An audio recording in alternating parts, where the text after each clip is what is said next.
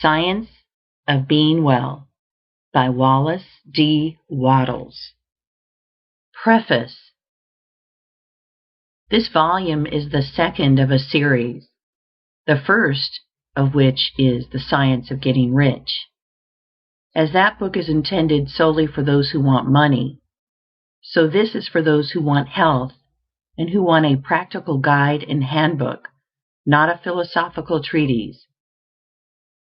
It is an instructor in the use of the universal principle of life, and my effort has been to explain the way in so plain and simple a fashion that the reader, though he may have given no previous study to New Thought or metaphysics, may readily follow it to perfect health.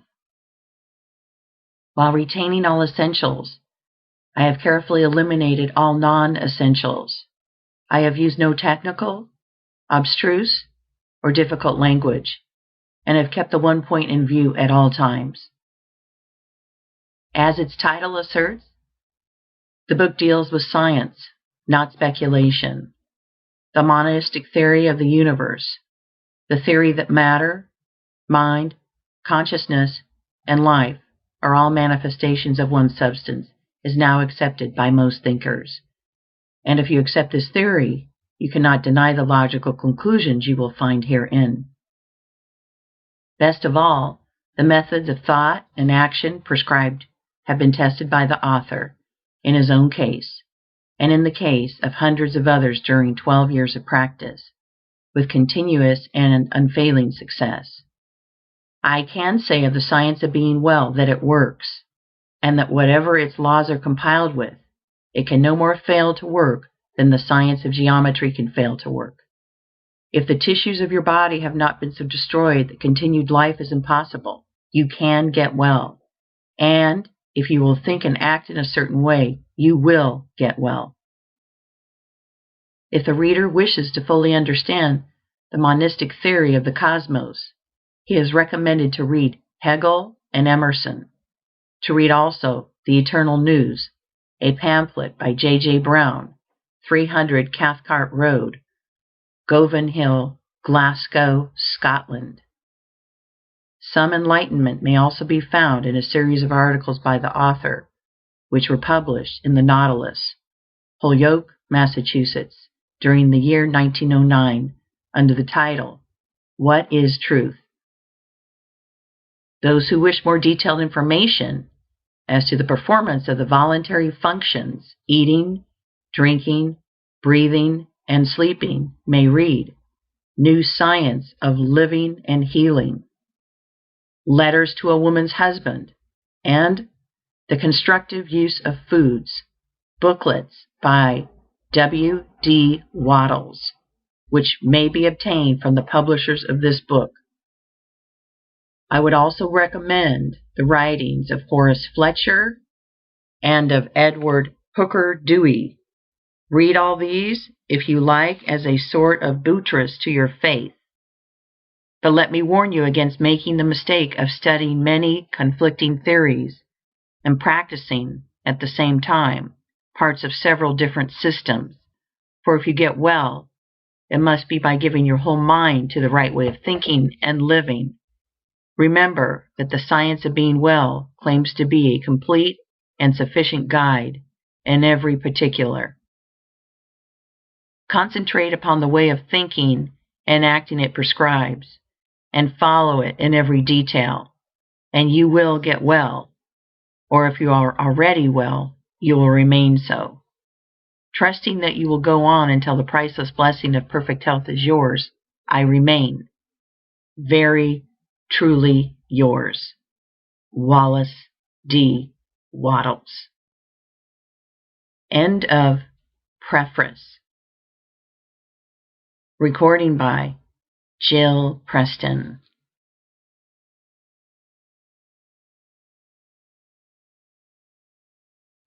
Science of Being Well by Wallace D. Wattles. Chapter 1. The Principle of Health.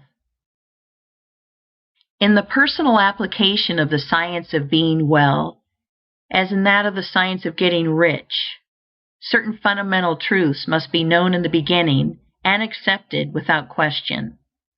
Some of these truths we state here. The perfectly natural performance of function constitutes health, and the perfectly natural performance of function results from the natural action of the principle of life. There is a principle of life in the universe. It is the one living substance from which all things are made. This living substance permeates, penetrates, and fills the interspaces of the universe. It is in and through all things, like a very refined, indiffusible ether. All life comes from it. Its life is all the life there is. Man is a form of this living substance and has within him a principle of health. The word principle is used as meaning source.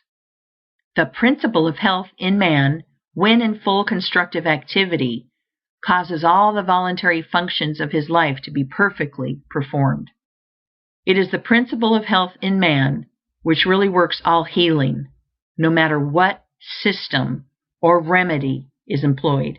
And this principle of health is brought into constructive activity by thinking in a certain way. I proceed now to prove this last statement. We all know that cures are wrought by all the different and often opposite methods employed in the various branches of the healing art. The allopath who gives a strong dose of a counterpoison cures his patient, and the homeopath who gives a diminutive dose of the poison most similar to that of the disease also cures it. If allopathy ever cured any given disease, it is certain that homeopathy never cured that disease, and if homeopathy ever cured an ailment, allopathy could not possibly cure that ailment. The two systems are radically opposite in theory and practice, and yet both cure most diseases. And even the remedies used by physicians in any one school are not the same. Go with a case of indigestion to half a dozen doctors and compare their prescriptions. It is more than likely that none of the ingredients of any one of them will be in the others. Must we not conclude that their patients are healed by a principle of health within themselves, and not by something in the varying remedies? Not only this, but we find the same ailments cured by the osteopath with manipulations of the spine, by the faith healer with prayer, by the food scientist with bills of fare, by the Christian scientist with the formulated creed statement, by the mental scientist with affirmation, and by the hygienist with differing plans of living. What conclusion can we come to in the face of all these facts but that there is a principle of health which is the same in all people and which really accomplishes all the cures, and that there is something in all the systems which under favorable conditions arouses the principle of health to action? That is, medicines, manipulations, prayers, bills of fare, affirmations, and hygienic practices cure whenever they cause the principle of health to become active, and fail whenever they do not cause it to become active.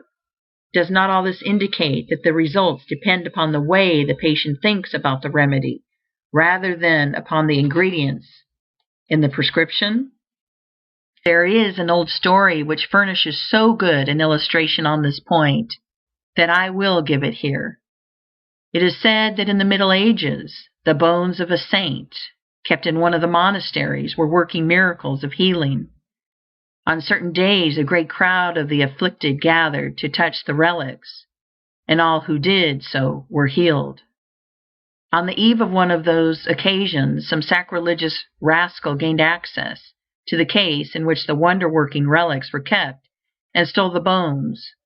And in the morning, with the usual crowd of sufferers waiting at the gates, the fathers found themselves shorn of the source of the miracle-working power. They resolved to keep the matter quiet, hoping that by doing so they might find the thief and recover their treasures. And hastening to the cellar of the convent, they dug up the bones of a murderer who had been buried there many years before. These they placed in the case, intending to make some plausible excuse for the failure of the saint to perform his usual miracles on that day, and then they let in the waiting assemblage of the sick and infirm. To the intense astonishment of those in the secret, the bones of the malefactor proved as efficacious as those of the saint, and the healing went on as before. One of the fathers is said to have left a history of the occurrence, in which he confessed that, in his judgment, the healing power had been in the people themselves all the time, and never in the bones at all. Whether the story is true or not, the conclusion applies to all the cures wrought by all the systems. The power that heals is in the patient himself, and whether it should become active or not does not depend upon the physical or mental means used, but upon the way the patient thinks about these means. There is a universal principle of life, as Jesus taught, a great spiritual healing power, and there is a principle of health in man which is related to this healing power. This is dormant or active according to the way a man thinks. He can always quicken it into activity by thinking in a certain way. Your getting well does not depend upon the adoption of some system or the findings of some remedy. People with your identical ailments have been healed by all systems and all remedies. It does not depend upon climate. Some people are well and others are sick in all climates.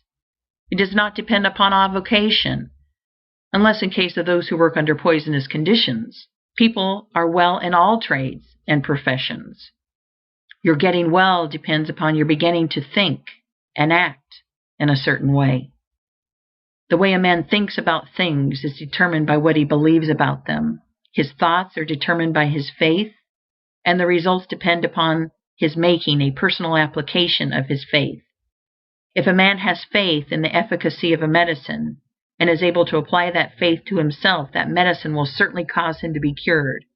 But though his faith be great, he will not be cured unless he applies it to himself. Many sick people have faith for others, but none for themselves.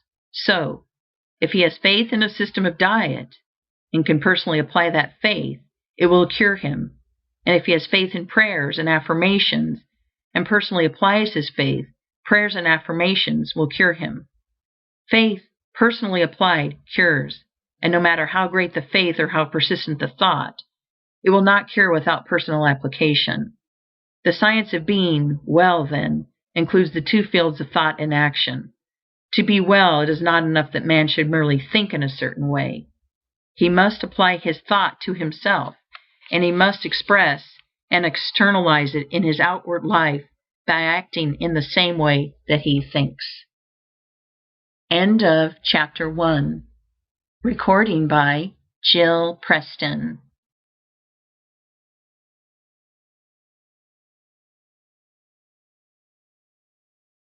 Science of Being Well by Wallace D. Wattles. Chapter 2. The Foundations of Faith. Before man can think in the certain way which will cause his diseases to be healed, he must believe in certain truths, which are here stated. All things are made from one living substance, which, in its original state, permeates, penetrates, and fills the interspaces of the universe. While all visible things are made from it, yet this substance, in its first formless condition, is in and through all the visible forms that it has made. Its life is in all, and its intelligence is in all. This substance creates by thought, and its method is by taking the form of that which it thinks about.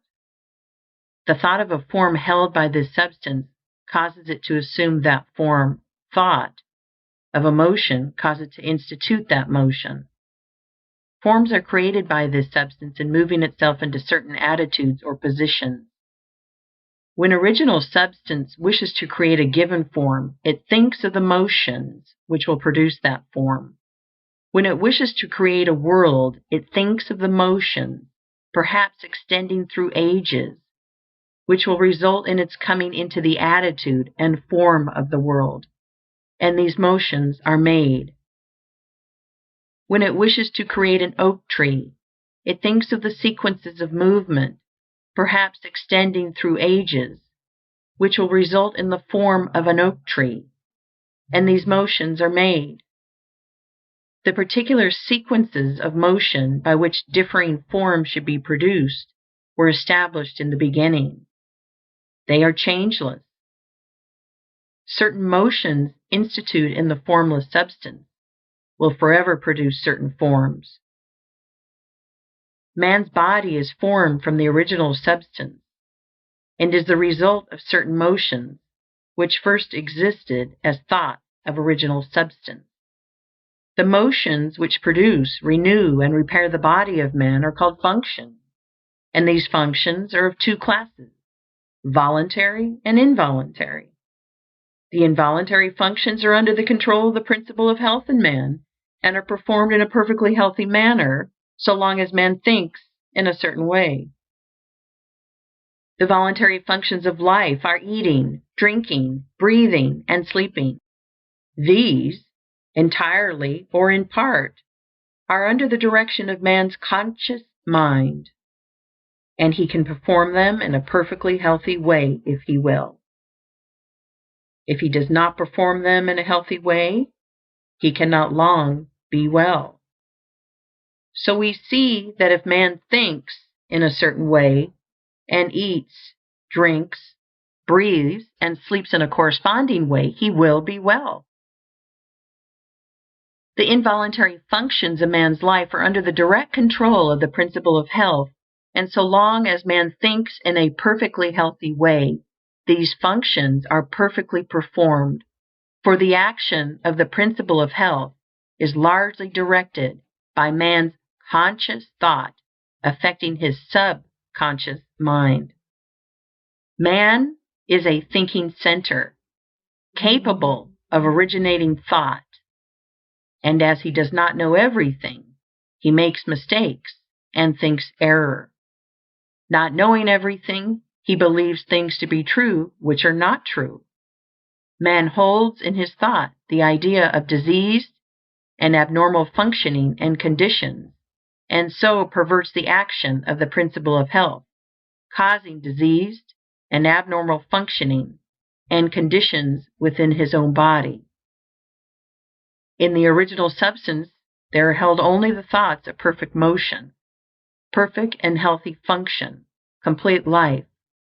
God never thinks disease or imperfection, but for countless ages men have held thoughts of disease, abnormality, old age, and death, and the perverted functioning resulting from these thoughts has become a part of the inheritance of the race.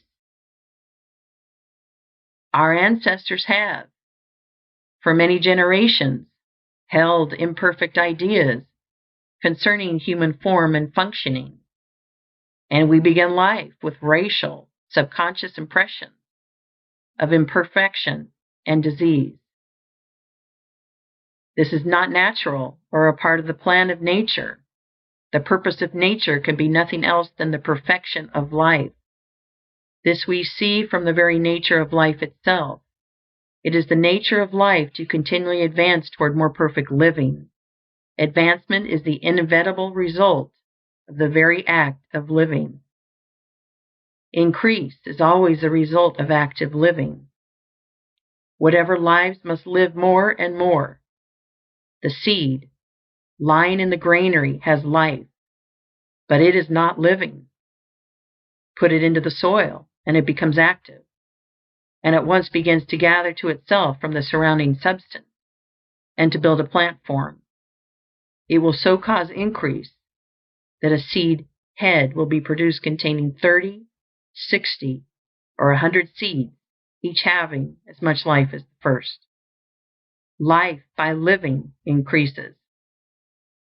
Life cannot live without increasing, and the fundamental impulse of life is to live.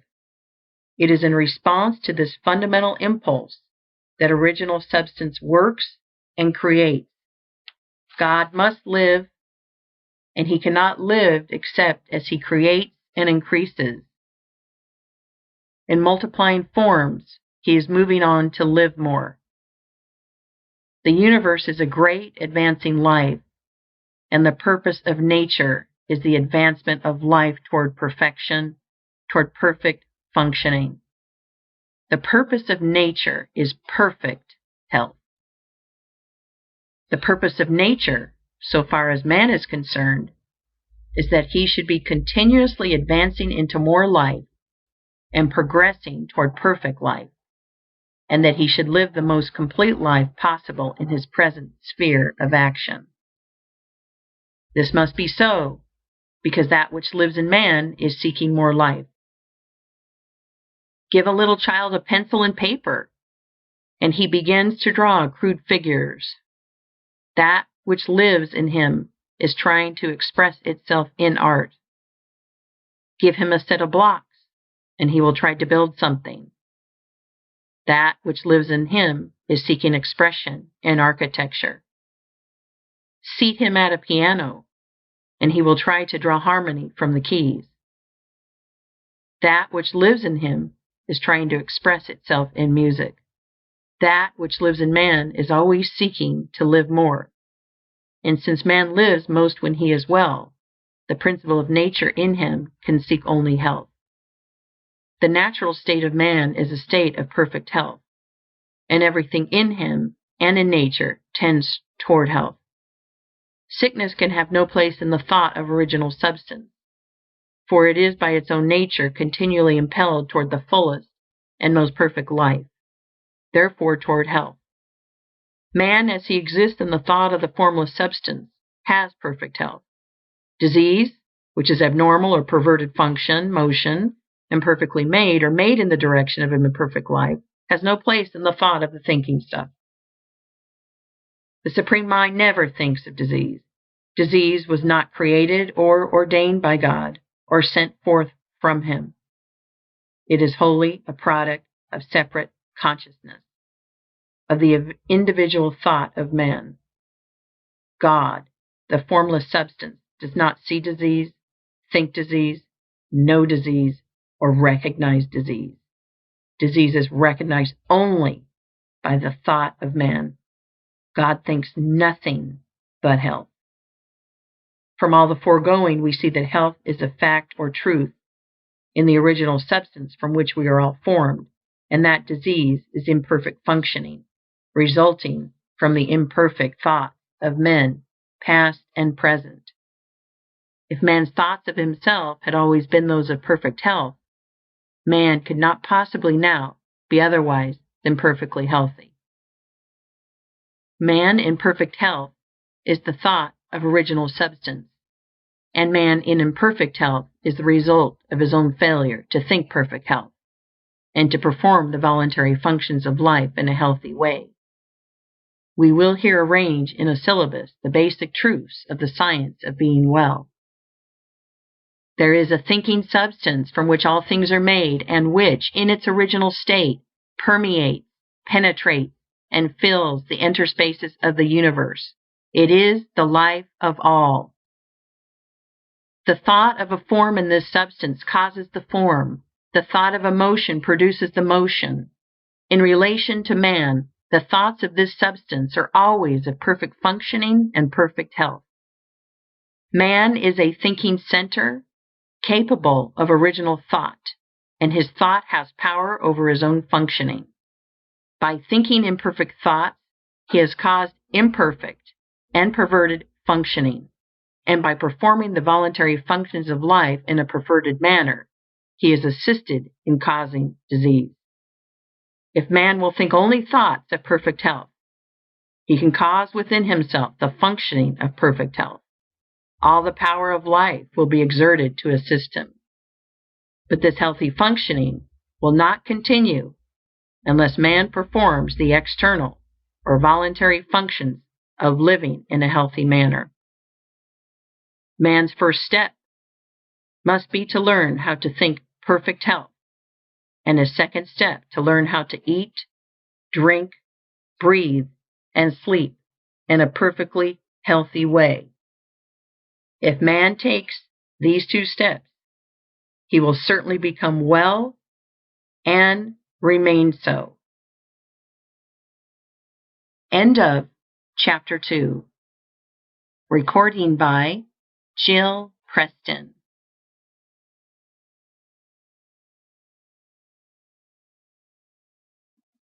Science of Being Well by Wallace D. Wattles. Chapter 3. Life and its Organisms. The human body is the abiding place of an energy which renews it when worn, which eliminates waste or poisonous matter, and which repairs the body when broken or injured. This energy we call life. Life is not generated or produced within the body. It produces the body. The seed which has been kept in the storehouse for years will grow when planted in the soil. It will produce a plant. But the life in the plant is not generated by its growing. It is the life which makes the plant grow. The performance of function does not cause life. It is life which causes function to be performed. Life is first, function afterward. It is life which distinguishes organic from inorganic matter, but it is not produced after the organization of matter. Life is the principle or force which causes organization. It builds organisms. It is a principle or force inherent in original substance. All life is one. This life principle of the all is the principle of health in man, and becomes constructively active whenever man thinks in a certain way. Whoever therefore thinks in this certain way will surely have perfect health if his external functioning is in conformity with his thought. But the external functioning must conform to the thought. Man cannot hope to be well by thinking health, if he eats, drinks, breathes, and sleeps like a sick man. The universal life principle, then, is the principle of health in man. It is one with original substance. There is one original substance from which all things are made. This substance is alive, and its life is the principle of life, the universe. This substance has created from itself all the forms of organic life by thinking them, or by thinking the motions and functions which produce them. Original substance thinks only health, because it knows all truth. There is no truth which is not known in the formless, which is all, and in all. It is not only knows all truth, but it has all power. Its vital power is the source of all the energy there is. A conscious life which knows all truth, and which has all power, cannot go wrong or perform function imperfectly, knowing all it knows.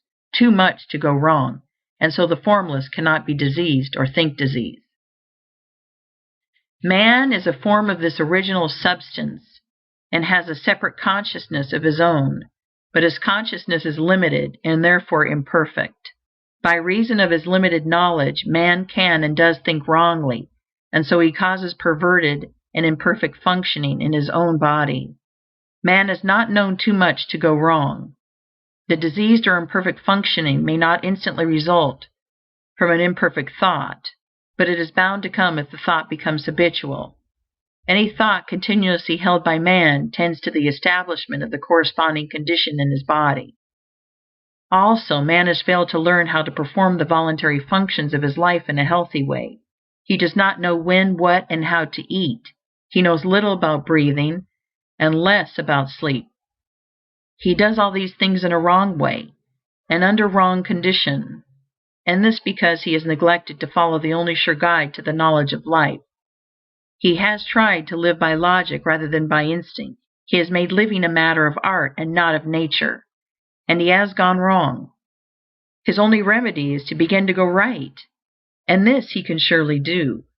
It is the work of this book to teach the whole truth, so that the man who reads it shall know too much to go wrong. The thoughts of disease produce the forms of disease. Man must learn to think health and being original substance, which takes the form of its thoughts. He will become the form of health and manifest perfect health in all his functioning. The people who were healed by touching the bones of the saint were really healed by thinking in a certain way, and not by any power emanating from the relics. There is no healing power in the bones of dead men, whether they be those of saint or sinner. The people who were healed by the doses of either the allopath or the homeopath were also really healed by thinking in a certain way. There is no drug which has within itself the power to heal disease. The people who have been healed by prayers and affirmations were also healed by thinking in a certain way. There is no curative power in strings of words. All the sick who have been healed by whatsoever system have thought in a certain way, and a little examination will show us what this way is. The two essentials of the way are faith and a personal application of the faith. The people who touched the saints' bones had faith, and so great was their faith that in the instant they touched the relics, they severed all mental relations with disease and mentally unified themselves with health. This change of mind was accompanied by an intense devotional feeling which penetrated to the deepest recesses of their souls, and so aroused the principle of health to powerful action. By faith they claimed that they were healed or appropriated health to themselves, and in full faith they ceased to think of themselves in connection with disease and thought of themselves only in connection with health. These are the two essentials to thinking in the certain way which will make you well. First, claim or appropriate health by faith, and second, sever all mental relations with disease and enter into mental relations with health. That which we make ourselves mentally, we become physically, and that with which we unite ourselves mentally, we become unified with physically. If your thought always relates you to disease, then your thought becomes a fixed power to cause disease within you. And if your thought always relates you to health, then your thought becomes a fixed power exerted to keep you well. In the case of the people who are healed by medicines, the result is obtained in the same way. They have, consciously or unconsciously, sufficient faith in the means used to cause them to sever mental relations with disease and enter into mental relations with health. Faith may be unconscious. It is possible for us to have a subconscious or inbred faith in things like medicine, in which we do not believe to any extent objectively, and this subconscious faith may be quite sufficient to quicken the principle of health into constructive activity. Many who have little conscious faith are healed in this way, while many others who have great faith in the means are not healed, because they do not make the personal application to themselves. Their faith is general, but not specific for their own cases. In the science of being well, we have two main points to consider. First, how to think with faith, and second, how to so apply the thought to ourselves as to quicken the principle of health into constructive activity. We begin by learning what to think. End of Chapter 3. Recording by Jill Preston.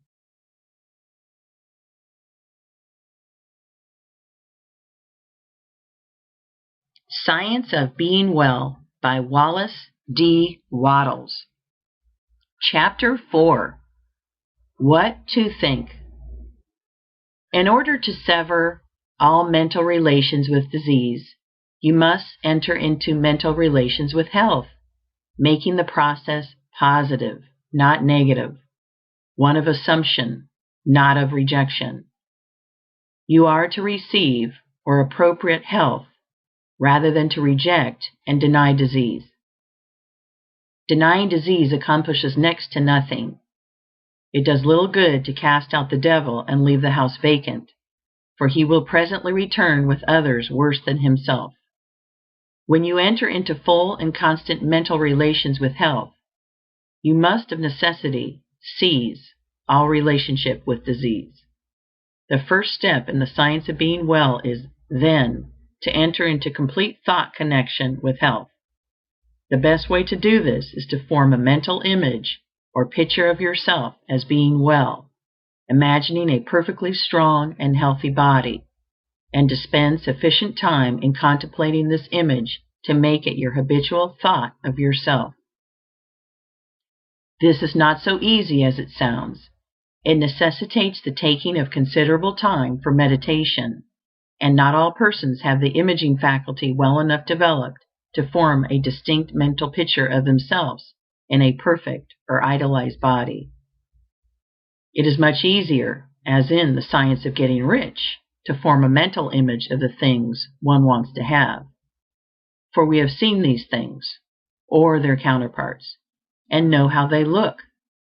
We can picture them very easily from memory, but we have never seen ourselves in a perfect body, and a clear mental image is hard to form.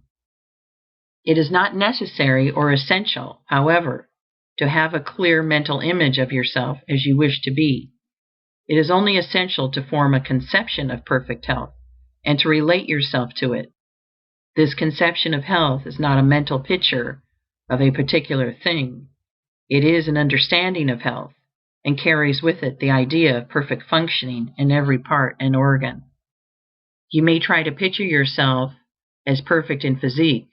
That helps, and you must think of yourself as doing everything in the manner of a perfectly strong and healthy person. You can picture yourself as walking down the street with an erect body and a vigorous stride. You can picture yourself as doing your day's work easily and with surplus vigor, never tired or weak. You can picture in your mind how all things would be done by a person full of health and power, and you can make yourself the central figure in the picture, doing things in just that way. Never think of the ways in which weak or sickly people do things. Always think of the way strong people do things. Spend your leisure time in thinking about the strong way until you have a good conception of it, and always think of yourself in connection with the strong way of doing things. This is what I mean by having a conception of health. In order to establish perfect functioning in every part, man does not have to study anatomy or physiology so that he can form a mental image of each separate organ and address himself to it. He does not have to treat his liver, his kidneys, his stomach, or his heart. There is one principle of health in man which has control over all the involuntary functions of his life, and the thought of perfect health impressed upon this principle will reach each part and organ. Man's liver is not controlled by a liver principle, his stomach by a digestive principle, and so on. The principle of health is one. The less you go into the detailed study of physiology, the better for you. Our knowledge of this science is very imperfect and leads to imperfect thought. Imperfect thought causes imperfect functioning, which is disease. Let me illustrate. Until quite recently, physiology fixed 10 days as the extreme limit of man's endurance without food. It was considered that only in exceptional cases could he survive a longer fast. So the impression became universally disseminated that one who was deprived of food must die in from 5 to 10 days, and numbers of people, when cut off from food by shipwreck, accident, or famine, did die within this period. But the performances of Dr. Tanner, the 40-day faster, and the writings of Dr. Dewey and others on the fasting cure, together with the experiments of numberless people who have fasted from 40 to 60 days, have shown that man's ability to live without food is vastly greater than had been supposed. Any person, properly educated, can fast from 20 to 40 days with little loss in weight, and often with no apparent loss of strength at all. The people who starved to death in 10 days or less did so because they believed that death was inevitable. An erroneous physiology had given them a wrong thought about themselves. When a man is deprived of food, he will die in from 10 to 50 days, according to the way he has been taught, or, in other words, according to the way he thinks about it. So you see that an erroneous physiology can work very mischievous results. No science of being well can be founded on current physiology. It is not sufficiently exact in its knowledge. With all its pretensions, comparatively little is really known as to the interior workings and processes of the body. It is not known just how food is digested. It is not known just what part food plays, if any, in the generation of force. It is not known exactly what the liver, spleen, and pancreas are for, or what part their secretions play in the chemistry of assimilation. On all these and most other points we theorize, but we do not really know. When man begins to study physiology, he enters the domain of theory and disputation. He comes among conflicting opinions, and he is bound to form mistaken ideas concerning himself. These mistaken ideas lead to the thinking of wrong thoughts. and this leads to perverted functioning and disease. All that the most perfect knowledge of physiology could do for man would be to enable him to think only thoughts of perfect health, and to eat, drink, breathe, and sleep in a perfectly healthy way, and this, as we shall show, he can do without studying physiology at all. This, for the most part, is true of all hygiene. There are certain fundamental propositions which we should know, and these will be explained in later chapters. But aside from these propositions, ignore physiology and hygiene. They tend to fill your mind with thoughts of imperfect conditions, and these thoughts will produce the imperfect conditions in your own body. You cannot study any science which recognizes disease if you are to think nothing but health. Drop all investigation as to your present condition, its causes or possible results, and set yourself to the work of forming a conception of health. Think about health and the possibilities of health, of the work that may be done, and the pleasures that may be enjoyed in a condition of perfect health. Then make this conception your guide in thinking of yourself. Refuse to entertain for an instant any thought of yourself which is not in harmony with it. When any idea of disease or imperfect functioning enters your mind, cast it out instantly by calling upon a thought which is in harmony with the conception of health.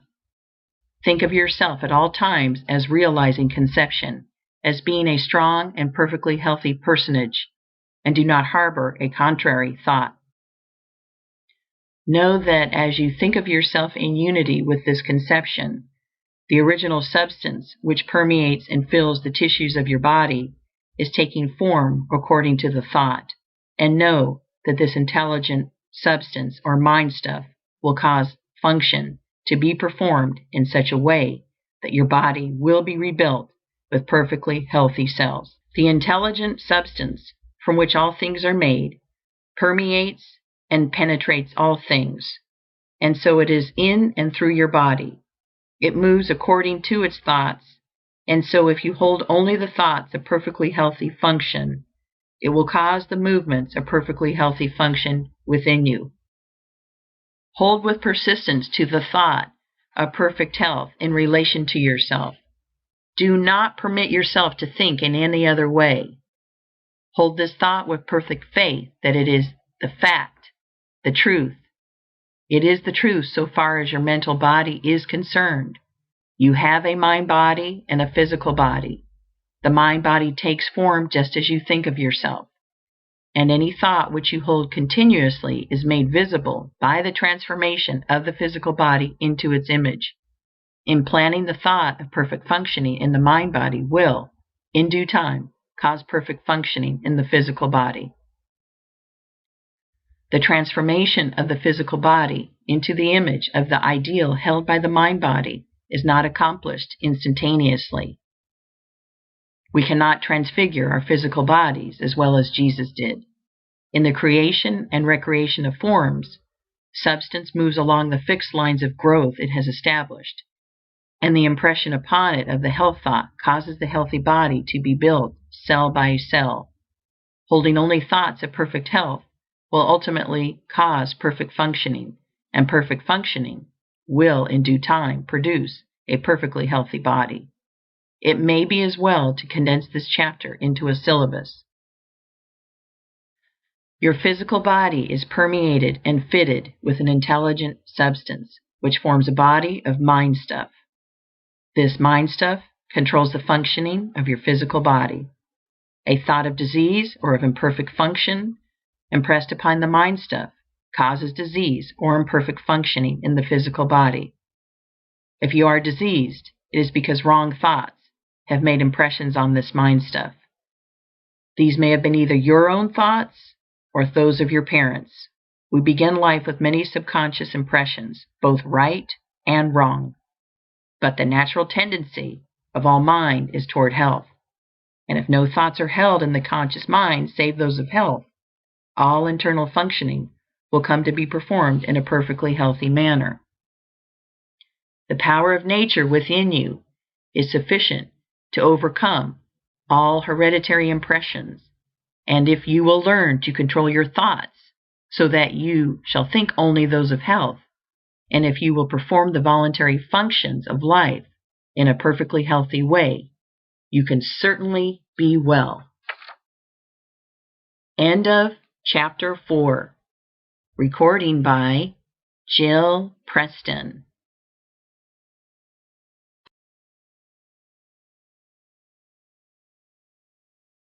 Science of Being Well by Wallace D. Wattles. Chapter 5. Faith. The principle of health is moved by faith. Nothing else can call it into action, and only faith can enable you to relate yourself to health and sever your relation with disease in your thoughts. You will continue to think of disease unless you have faith in health. If you do not have faith, you will doubt. If you doubt, you will fear. And if you fear, you will relate yourself and mind to that which you fear. If you fear disease, you will think of yourself in connection with disease, and that will produce within yourself the form and motions of disease. Just as original substance creates from itself the forms of its thoughts, so your mind-body, which is original substance, takes the form and motion of whatever you think about. If you fear disease, dread disease, have doubts about your safety from disease, or if you even contemplate disease, you will connect yourself with it and create its forms and motions within you. Let me enlarge somewhat upon this point. The potency or creative power of a thought is given to it by the faith that is in it. Thoughts which contain no faith create no forms. The formless substance, which knows all truth, and therefore thinks only truth, has perfect faith in every thought, because it thinks only truth, and so all its thoughts create. But if you will imagine a thought in formless substance in which there was no faith, you will see that such a thought could not cause the substance to move or take form. Keep in mind the fact that only those thoughts which are conceived in faith have creative energy. Only those thoughts which have faith with them are able to change function or to quicken the principle of health into activity. If you do not have faith in health, you will certainly have faith in disease. If you do not have faith in health, it will do you no good to think about health, for your thoughts will have no potency and will cause no change for the better in your conditions. If you do not have faith in health, I repeat, you will have faith in disease. And if, under such conditions, you think about health for 10 hours a day and think about disease for only a few minutes, the disease thought will control your condition because it will have the potency of faith, while the health thought will not. Your mind-body will take on the form and motions of disease and retain them, because your health thought will not have sufficient dynamic force to change form or motion. In order to practice the science of being well, you must have complete faith in health. Faith begins in belief, and we now come to the question, what must you believe in order to have faith in health? You must believe that there is more health power than disease power in both yourself and your environment, and you cannot help believing this if you consider the facts. These are the facts. There is a thinking substance from which all things are made, and which, in its original state, permeates, penetrates, and fills the interspaces of the universe. The thought of a form in this substance produces the form. The thought of a motion institutes the motion. In relation to man, the thoughts of original substance are always of perfect health and perfect functioning. This substance, within and without man, always exerts its power toward health. Man is a thinking center, capable of original thought. He has a mind-body of original substance permeating a physical body, and the functioning of his physical body is determined by the faith of his mind-body. If man thinks with faith of the functioning of health, he will cause his internal functions to be performed in a healthy manner, provided that he performs the external functions in a corresponding manner. But if man thinks with faith of disease or of the power of disease, he will cause his internal functioning to be the functioning of disease. The original intelligent substance is in man, moving towards health, and it is pressing upon him from every side. Man lives, moves, and has his being in a limitless ocean of health power, and he uses this power according to his faith. If he appropriates it and applies it to himself, it is all his, and if he unifies himself with it by unquestioning faith, he cannot fail to attain health, for the power of this substance is all the power there is. A belief in the above statements is a foundation for faith in health. If you believe them, you believe that health, the natural state of man, and that man lives in the midst of universal health, that all the power of nature makes for health, and that health is possible to all and can surely be attained by all. You will believe that the power of health in the universe is 10,000 times greater than that of disease. In fact, that disease has no power whatever, being only the result of perverted thought and faith. And if you believe that health is possible to you, and that it may surely be attained by you, and that you know exactly what to do in order to attain it, you will have faith in health. You will have this faith and knowledge if you read this book through with care and determine to believe in and practice its teachings. It is not merely the possession of faith, but the personal application of faith, which works healing. You must claim health in the beginning and form a conception of health, and as far as may be of yourself as a perfectly healthy person, and then by faith you must claim that you are realizing this conception. Do not assert with faith that you are going to get well. Assert with faith that you are well. Having faith in health and applying it to yourself means having faith that you are healthy, and the first step in this is to claim that it is the truth. Mentally take the attitude of being well. Do not say anything or do anything which contradicts this attitude. Never speak a word or assume a physical attitude which does not harmonize with this claim. I am perfectly well. When you walk, go with a brisk step and with your chest thrown out and your head held up. Watch that at all times your physical actions and attitudes are those of a healthy person. When you find that you have relapsed into the attitude of weakness or disease, change instantly. Straighten up. Think of health and power. Refuse to consider yourself as others than a perfectly healthy person. One greatest aid, perhaps the greatest aid, in applying your faith you will find in the exercise of gratitude. Whenever you think of yourself or of your advancing condition, give thanks to the great intelligent substance for the perfect health you are enjoying.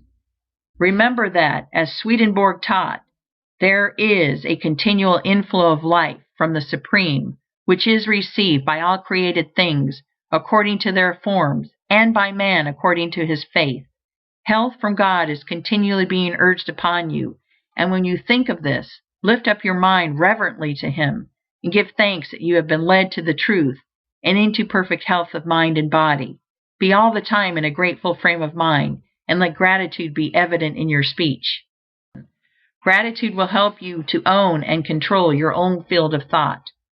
Whenever the thought of disease is presented to you, instantly claim health and thank God for the perfect health you have.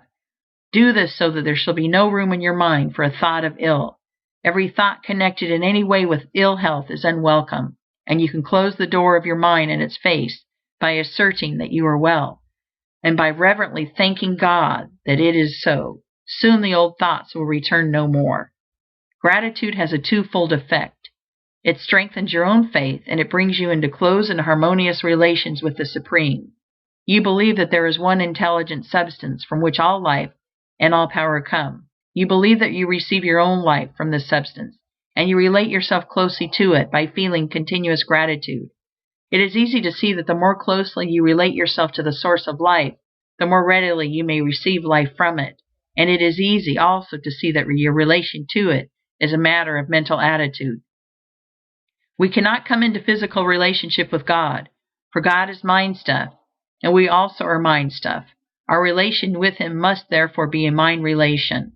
It is plain then that the man who feels deep and heartily gratitude will live in closer touch with God than the man who never looks up to Him in thankfulness. The ungrateful or unthankful mind really denies that it receives at all, and so cuts its connection with the Supreme. The grateful mind is always looking toward the Supreme, and is always open to receive from it, and it will receive continually.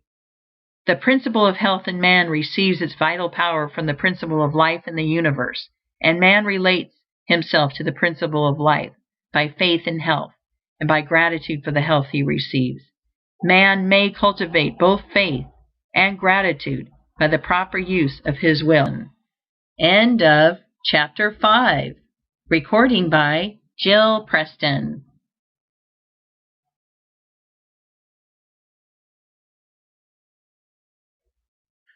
Science of Being Well by Wallace D. Wattles. Chapter 6. Use of the Will. In the practice of the science of being well, the will is not used to compel yourself to go when you are not really able to go, or to do things when you are not physically strong enough to do them. You do not direct your will upon your physical body, or try to compel the proper performance of internal function by willpower. You direct the will upon the mind, and use it in determining what you shall believe, what you shall think, and to what you shall give your attention. The will should never be used upon any person or thing external to you, and it should never be used upon your own body. The sole legitimate use of the will is in determining to what you shall give your attention and what you shall think about the things to which your attention is given. All belief begins in the will to believe. You cannot always and instantly believe what you will to believe, but you can always will to believe what you want to believe. You want to believe truth about health, and you can will to do so. The statements you have been reading in this book are the truth about health, and you can will to believe them. This must be your first step toward getting well. These are the statements you must will to believe: that there is a thinking substance from which all things are made, and that man receives the principle of health, which is his life, from this substance; that man himself is thinking substance, a mind-body permeating a physical body, and that as man's thoughts are, so will the functioning of his physical body be; that if man will think only thoughts of perfect health, he must and will cause the internal and involuntary functioning of his body to be the functioning of health, provided that his external and voluntary functioning and attitude are in accordance with his thoughts. When you will to believe these statements, you must also begin to act upon them. You cannot long retain a belief unless you act upon it. You cannot increase a belief until it becomes faith unless you act upon it, and you certainly cannot expect to reap benefits in any way from a belief so long as you act as if the opposite were true. You cannot long have faith in health if you continue to act like a sick person. If you continue to act like a sick person, you cannot help continuing to think of yourself as a sick person. And if you continue to think of yourself as a sick person, you will continue to be a sick person. The first step toward acting externally like a well person is to begin to act internally like a well person. Form your conception of perfect health, and get into the way of thinking about perfect health until it begins to have a definitive meaning to you. Picture yourself as doing things a strong and healthy person would do, and have faith that you can and will do those things in that way. Continue this until you have a vivid conception of health and what it means to you. When I speak in this book of a conception of health, I mean a conception that carries with it the idea of the way a healthy person looks and does things. Think of yourself in connection with health until you form a conception of how you would live, appear, act, and do things as a perfectly healthy person. Think about yourself in connection with health until you conceive of yourself in imagination as always doing everything in the manner of a well person, until the thought of health conveys the idea of what health means to you. As I have said in a former chapter, you may not be able to form a clear mental image of yourself in perfect health, but you can form a conception of yourself as acting like a healthy person. Form this conception, and then think only thoughts of perfect health in relation to yourself, and, so far as may be possible, in relation to others. When a thought of sickness or disease is presented to you, reject it. Do not let it get into your mind. Do not entertain or consider it at all. Meet it by thinking health, by thinking that you are well, and by being sincerely grateful for the health you are receiving. Whenever suggestions of disease are coming thick and fast upon, and you are in a tight place, fall back upon the exercise of gratitude. Connect yourself with the Supreme. Give thanks to God for the perfect health He gives you, and you will soon find yourself able to control your thoughts and to think what you want to think. In times of doubt, trial, and temptation, the exercise of gratitude is always a sheet anchor which will prevent you from being swept away. Remember that the great essential thing is to sever all mental relations with disease and to enter into full mental relationship with health. This is the key to all mental healing. It is the whole thing. Here we see the secret of the great success of Christian Science, more than any other formulated system of practice. It insists that its converts shall sever relations with disease and relate themselves fully with health. The healing power of Christian Science is not in its theological formula, nor in its denial of matter, but in the fact that it induces the sick to ignore disease as an unreal thing and accept health by faith as a reality. Its failures are made because its practitioners, while thinking in a certain way, do not eat, drink, breathe, and sleep in the same way. While there is no healing power in the repetition of strings of words, yet it is a very convenient thing to have the central thoughts so formulated that you can repeat them readily, so that you can use them as affirmations whenever you are surrounded by an environment which gives you adverse suggestions. When those around you begin to talk of sickness and death, close your ears and mentally assert something like the following: There is one substance, and I am that substance. That substance is eternal, and it is life. I am that substance, and I am eternal life. That substance knows no disease. I am that substance, and I am health. Exercise your willpower in choosing only those thoughts which are thoughts of health, and arrange your environment so that it shall suggest thoughts of health. Do not have about you books, pictures, or other things which suggest death, disease, deformity, weakness, or age. Have only those which convey the ideas of health, power, joy, vitality, and youth. When you are confronted with a book or anything else which suggests disease, do not give it your attention. Think of your conception of health and your gratitude, and affirm as above. Use your willpower to fix your attention upon thoughts of health. In a future chapter I shall touch upon this point again. What I wish to make plain here is that you must think only health, recognize only health, and give your attention only to health, and that you must control thought, recognition, and attention by the use of your will. Do not try to use your will to compel the healthy performance of function within you. The principle of health will attend to that. If you give your attention only to thoughts of health, do not try to exert your will upon the formless to compel it to give you more vitality or power. It is already placing all the power there is at your service. You do not have to use your will to conquer adverse conditions or to subdue unfriendly forces. There are no unfriendly forces. There is only one force, and that force is friendly to you. It is a force which makes for health. Everything in the universe wants you to be well. You have absolutely nothing to overcome but your own habit of thinking in a certain way about disease, and you can do this only by forming a habit of thinking in another certain way about health. Man can cause all the internal functions of his body to be performed in a perfectly healthy manner by continuously thinking in a certain way and by performing the external functions in a certain way. He can think in this certain way by controlling his attention, and he can control his attention by the use of his will. He can decide what things he will think about. End of Chapter 6.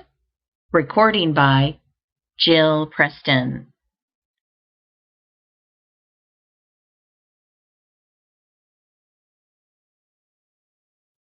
Science of Being Well by Wallace D. Wattles. Chapter 7. Health from God.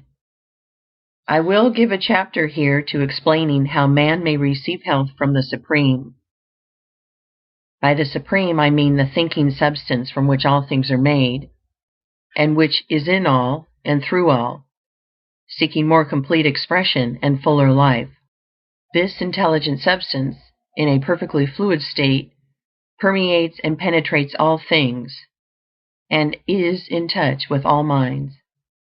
It is the source of all energy and power, and constitutes the inflow of life, which Swedenborg saw vitalizing all things.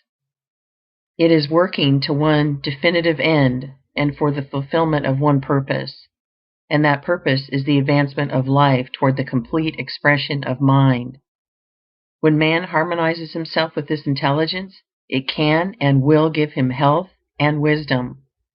When man holds steadily to the purpose to live more abundantly, he comes into harmony with this supreme intelligence. The purpose of the Supreme Intelligence is the most abundant life for all. The purpose of this Supreme Intelligence for you is that you should live more abundantly. If, then, your own purpose is to live more abundantly, you are unified with the Supreme. You are working with it, and it must work with you. But as the Supreme Intelligence is in all, if you harmonize with it, you must harmonize with all, and you must desire more abundant life for all as well as for yourself. Two great benefits come to you from being in harmony with the Supreme Intelligence. First, you will receive wisdom. By wisdom, I do not mean knowledge of facts so much as ability to perceive and understand facts, and to judge soundly and act rightly in all matters relating to life. Wisdom is the power to perceive truth and the ability to make the best use of the knowledge of truth. It is the power to perceive at once the best end to aim at and the means best adapted to attain that end. With wisdom comes poise and the power to think rightly, to control and guide your thoughts, and to avoid the difficulties which come from wrong thinking. With wisdom, you will be able to select the right courses for your particular needs, and to so govern yourself in all ways as to secure the best results. You will know how to do what you want to do. You can readily see that wisdom must be an essential attribute of the Supreme Intelligence, since that which you knows all truth must be wise. And you can also see that just in proportion as you harmonize and unify your mind with that intelligence, you will have wisdom. But I repeat that since this intelligence is all and in all, you can enter into its wisdom only by harmonizing with all. If there is anything in your desires or your purpose which will bring oppression to any, or work injustice to, or cause lack of life for any, you cannot receive wisdom from the Supreme. Furthermore, your purpose for your own self must be the best. Man can live in three general ways: for the gratification of his body, for that of his intellect, or for that of his soul. The first is accomplished by satisfying the desires for food, drink, and those other things which give enjoyable physical sensations. The second is accomplished by doing those things which cause pleasant mental sensations, such as gratifying the desire for knowledge, or those for fine clothing, fame, power, and so on. The third is accomplished by giving way to the instincts of unselfish love and altruism. Man lives most wisely and completely when he functions most perfectly along all of those lines, without excess in any of them. The man who lives swinishly for the body alone is unwise and out of harmony with God. That man who lives solely for the cold enjoyments of the intellect, though he be absolutely moral, is unwise and out of harmony with God. And the man who lives wholly for the practice of altruism, and who throws himself away for others, is as unwise and as far from harmony with God as those who go to excess in other ways. To come into full harmony with the Supreme, you must purpose to live to the utmost of your capabilities in body, mind, and soul. This must mean the full exercise of function in all the different ways, but without excess, for excess in one causes deficiency in the others. Behind your desire for health is your own desire for more abundant life, and behind that is the desire of the formless intelligence to live more fully in you. So, as you advance toward perfect health, hold steadily to the purpose to attain complete life, physical, mental, and spiritual, to advance in all ways, and in every way to live more. If you hold this purpose, you will be given wisdom. He that willeth to do the will of the Father shall know, said Jesus. Wisdom is the most desirable gift that can come to man, for it makes him rightly self-governing. But wisdom is not all you may receive from the Supreme Intelligence. You may receive physical energy, vitality, life force. The energy of the formless substance is unlimited and permeates everything. You are already receiving or appropriating to yourself this energy in an automatic and instinctive way, but you can do so to a far greater degree if you set about it intelligently. The measure of a man's strength is not what God is willing to give him, but what he himself has the will and the intelligence to appropriate to himself. God gives you all there is. Your only question is how much to take of the unlimited supply. Professor James has pointed out that there is apparently no limit to the powers of men, and this is simply because man's power comes from the inexhaustible reservoir of the Supreme. The runner who has reached the stage of exhaustion, when his physical power seems entirely gone, by running on in a certain way, may receive his second wind. His strength is renewed in a seemingly miraculous fashion, and he can go on indefinitely. And by continuing in the certain way, he may receive a third, fourth, and fifth wind. We do not know where the limit is, or how far it may be possible to extend it. The conditions are that the runner must have absolute faith that the strength will come, that he must think steadily of strength and have perfect confidence that he has it, and that he must continue to run on. If he admits a doubt into his mind, he falls exhausted, and if he stops running to wait for the accession of strength, it will never come. His faith in strength, his faith that he can keep on running, his unwavering purpose to keep on running, and his action in keeping on seem to connect him to the source of energy in such a way as to bring him a new supply. In a very similar manner, the sick person who has unquestioning faith in health, whose purpose brings him into harmony with the source, and who performs the voluntary functions of life in a certain way, will receive vital energy sufficient for all his needs and for the healing of all his diseases. God, who seeks to live and express himself fully in man, delights to give man all that is needed for the most abundant life. Action and reaction are equal, and when you desire to live more, if you are in mental harmony with the Supreme, the forces which make for life begin to concentrate about you and upon you. The One Life begins to move towards you, and your environment becomes surcharged with it. Then, if you appropriate it by faith, it is yours. Ye shall ask what ye will, and it shall be done unto you. Your Father giveth not his Spirit by measure. He delights to give good gifts to you. End of Chapter 7. Recording by Jill Preston.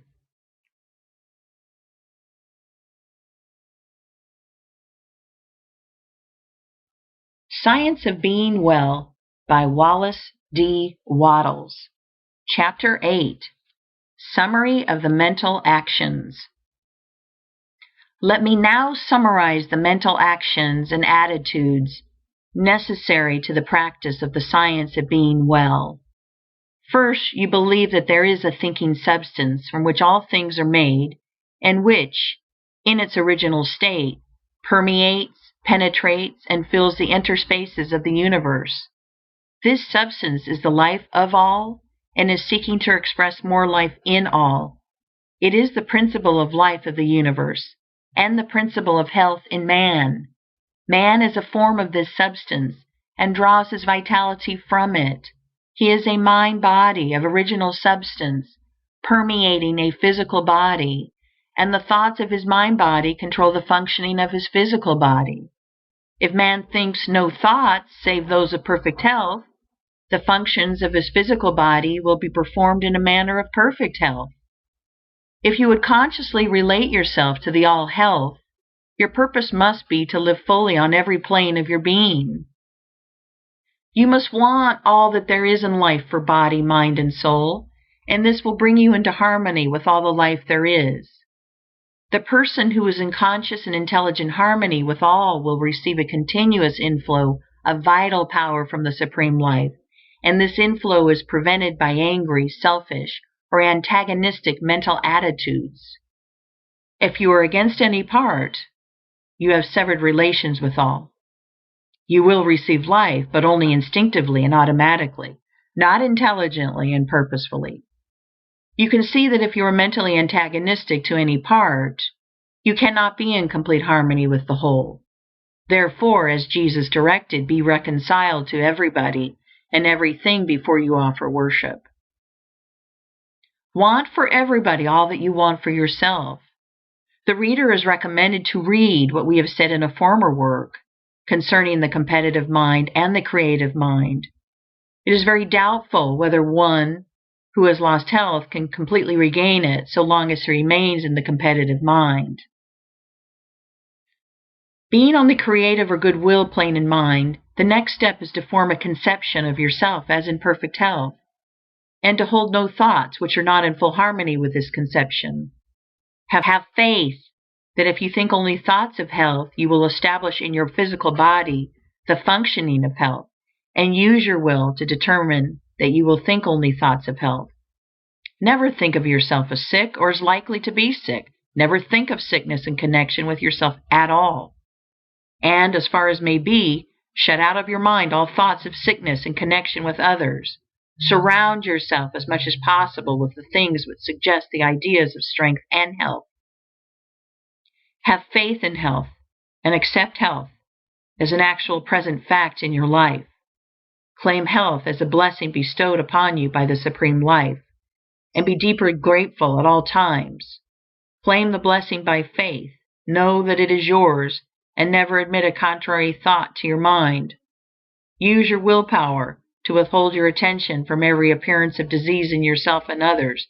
Do not study disease, think about it, nor speak of it. At all times, when the thought of disease is thrust upon you, move forward into the mental position of prayerful gratitude for your perfect health. The mental actions necessary to being well may now be summed up in a single sentence.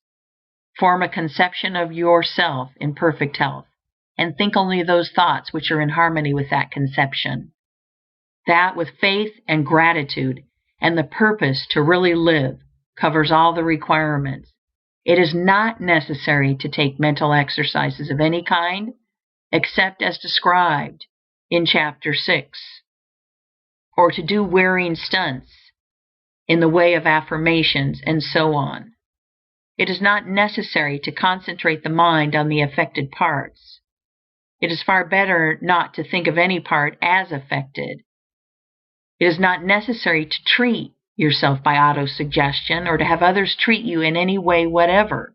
The power that heals is the principle of health within you, and to call this principle into constructive action, it is only necessary, having harmonized yourself with the All-Mind, to claim by faith the All-Health, and to hold that claim until it is physically manifested in all the functions of your body. In order to hold this mental attitude of faith, gratitude, and health, however, your external acts must be only those of health. You cannot long hold the internal attitude of a well person if you continue to perform the external acts of a sick person. It is essential not only that your every thought should be a thought of health, but that your every act should be an act of health performed in a healthy manner. If you will make every thought a thought of health, and every conscious act an act of health, it must infallibly follow that every internal and unconscious function shall come to be healthy. For all the power of life is being continually exerted toward health. We shall next consider how you make every act an act of health. End of Chapter 8. Recording by Jill Preston.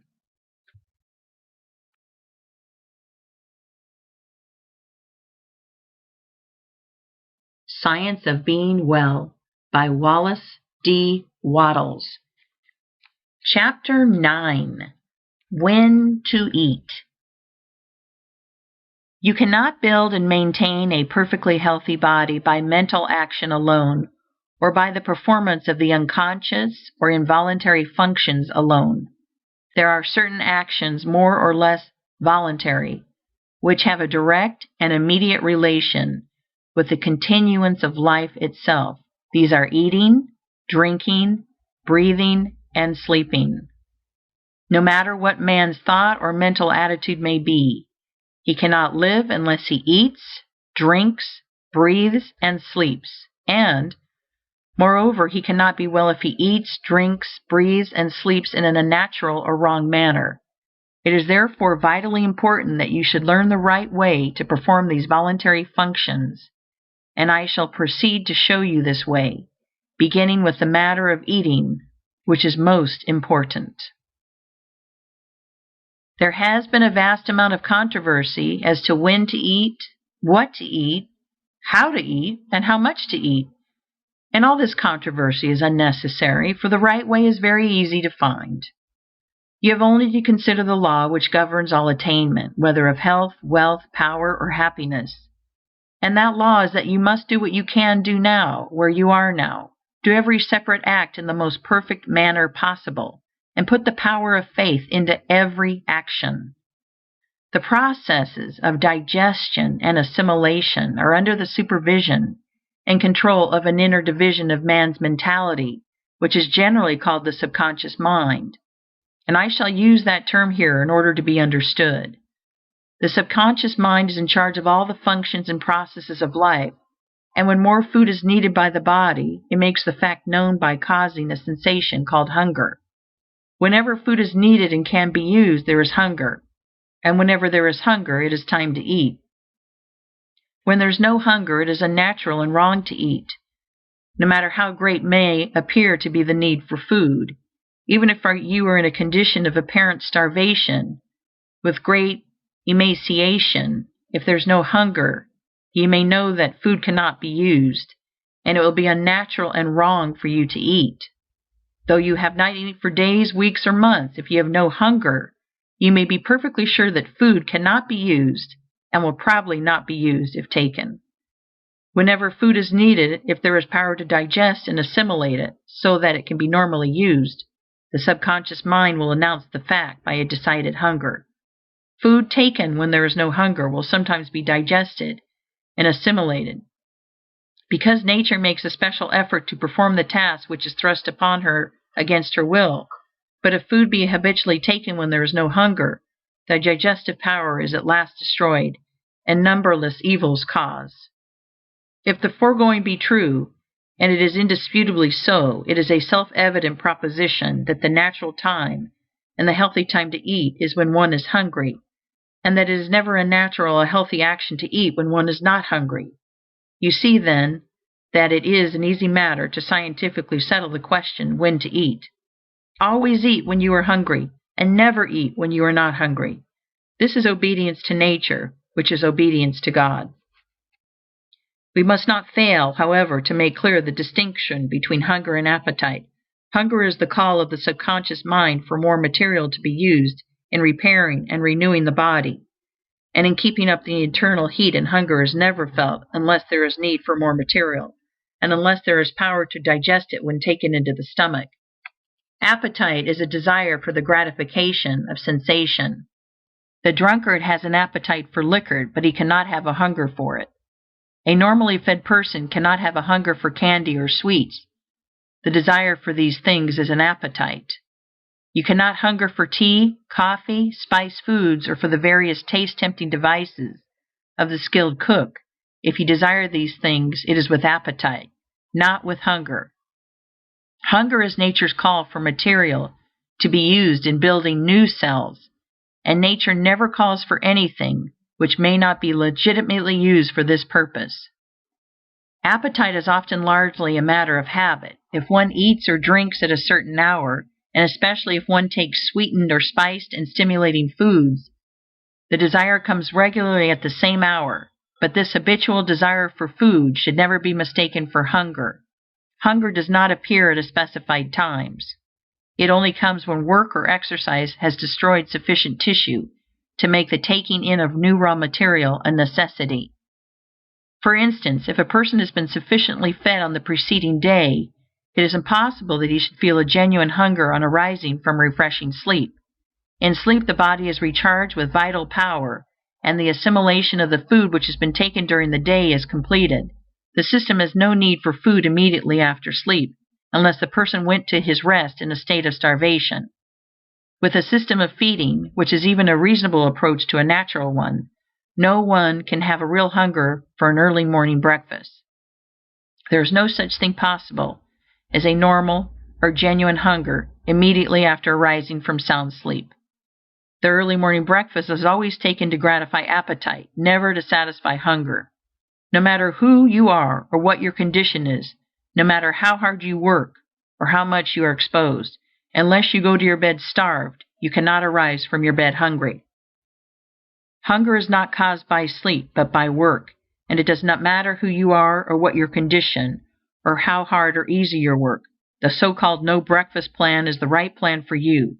It is the right plan for everybody because it is based on the universal law that hunger never comes until it is earned. I am aware that a protest against this will come from the large number of people who enjoy their breakfast, whose breakfast is their best meal, who believe that their work is so hard that they cannot get through the forenoon on an empty stomach, and so on. But all their arguments fall down before the facts. They enjoy their breakfast as the toper enjoys his morning dram, before it gratifies a habitual appetite, and not because it supplies a natural want. It is their best meal for the same reason that his morning dram is the toper's best drink. And they can get along without it, because millions of people of every trade and profession do get along without it, and are vastly better for doing so. If you are to live according to the science of being well, you must never eat until you have an earned hunger. But if I do not eat on arising in the morning, when shall I take my first meal? In 99 cases out of 100, 12 o'clock noon is early enough, and is generally the most convenient time. If you are doing heavy work, you will get by noon a hunger sufficient to justify a good-sized meal. And if your work is light, you will probably still have hunger enough for a moderate meal. The best general rule or law that can be laid down is that you should eat your first meal of the day at noon if you are hungry. And if you are not hungry, wait until you become so. And when shall I eat my second meal? Not at all, unless you are hungry for it, and that with a genuine earned hunger. If you do get hungry for a second meal, eat at the most convenient time, but do not eat until you have a really earned hunger. The reader who wishes to fully inform himself as to the reasons for this way of arranging the meal times will find the best books thereon cited in the preface to this work. From the foregoing, however, you can easily see that the science of being well readily answers the question, when and how often shall I eat? The answer is, eat when you have an earned hunger, and never eat at any other time. End of Chapter 9. Recording by Jill Preston.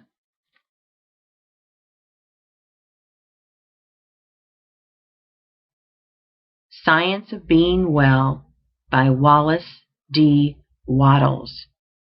Chapter 10. What to Eat. The current sciences of medicine and hygiene have made no progress toward answering the question, what shall I eat? The contests between the vegetarians and the meat eaters, the cooked food advocates, raw food advocates, and various other schools of theorists seem to be interminable, and from the mountains of evidence and argument piled up for and against each special theory, it is plain that if we depend on these scientists, we shall never know what is the natural food of man. Turning away from the whole controversy, then, we will ask the question of Nature herself, and we shall find that she has not left us without an answer. Most of the errors of dietary scientists grow out of a false premise as to the natural state of man. It is assumed that civilization and mental development are unnatural things, that the man who lives in a modern house, in city or country, and who works in modern trade or industry for his living is leading an unnatural life, and is in an unnatural environment, that the only natural man is a naked savage, and that the farther we get from the savage, the farther we are from nature. This is wrong. The man who has all that art and science can give him is leading the most natural life, because he is living most completely in all his faculties.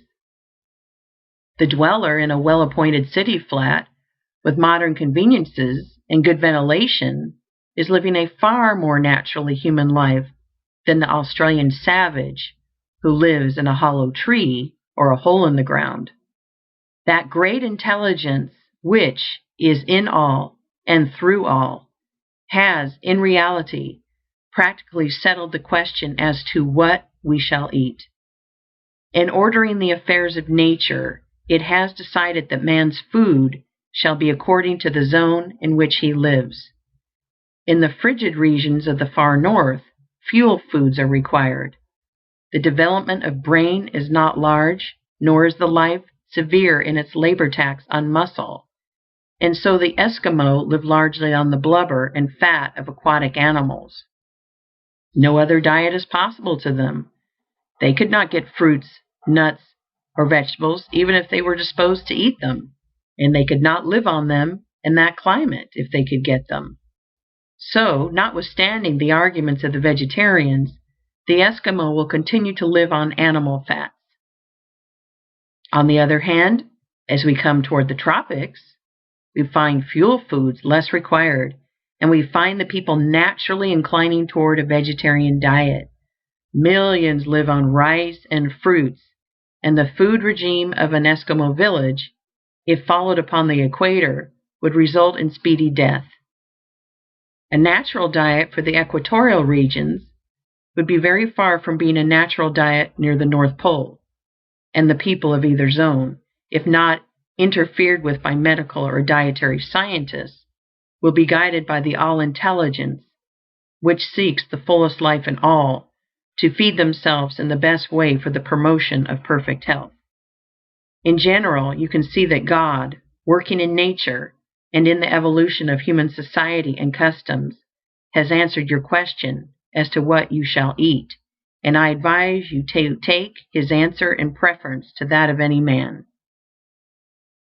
In the temperate zone, the largest demands are made on man in spirit, mind, and body, and here we find the greatest variety of foods provided by nature.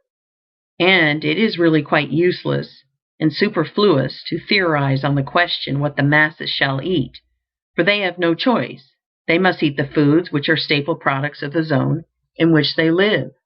It is impossible to supply all the people with a nut and fruit or raw food diet, and the fact that it is impossible is proof positive that these are not the foods intended by nature for nature, being formed for the advancement of life, has not made the obtaining of the means of life an impossibility.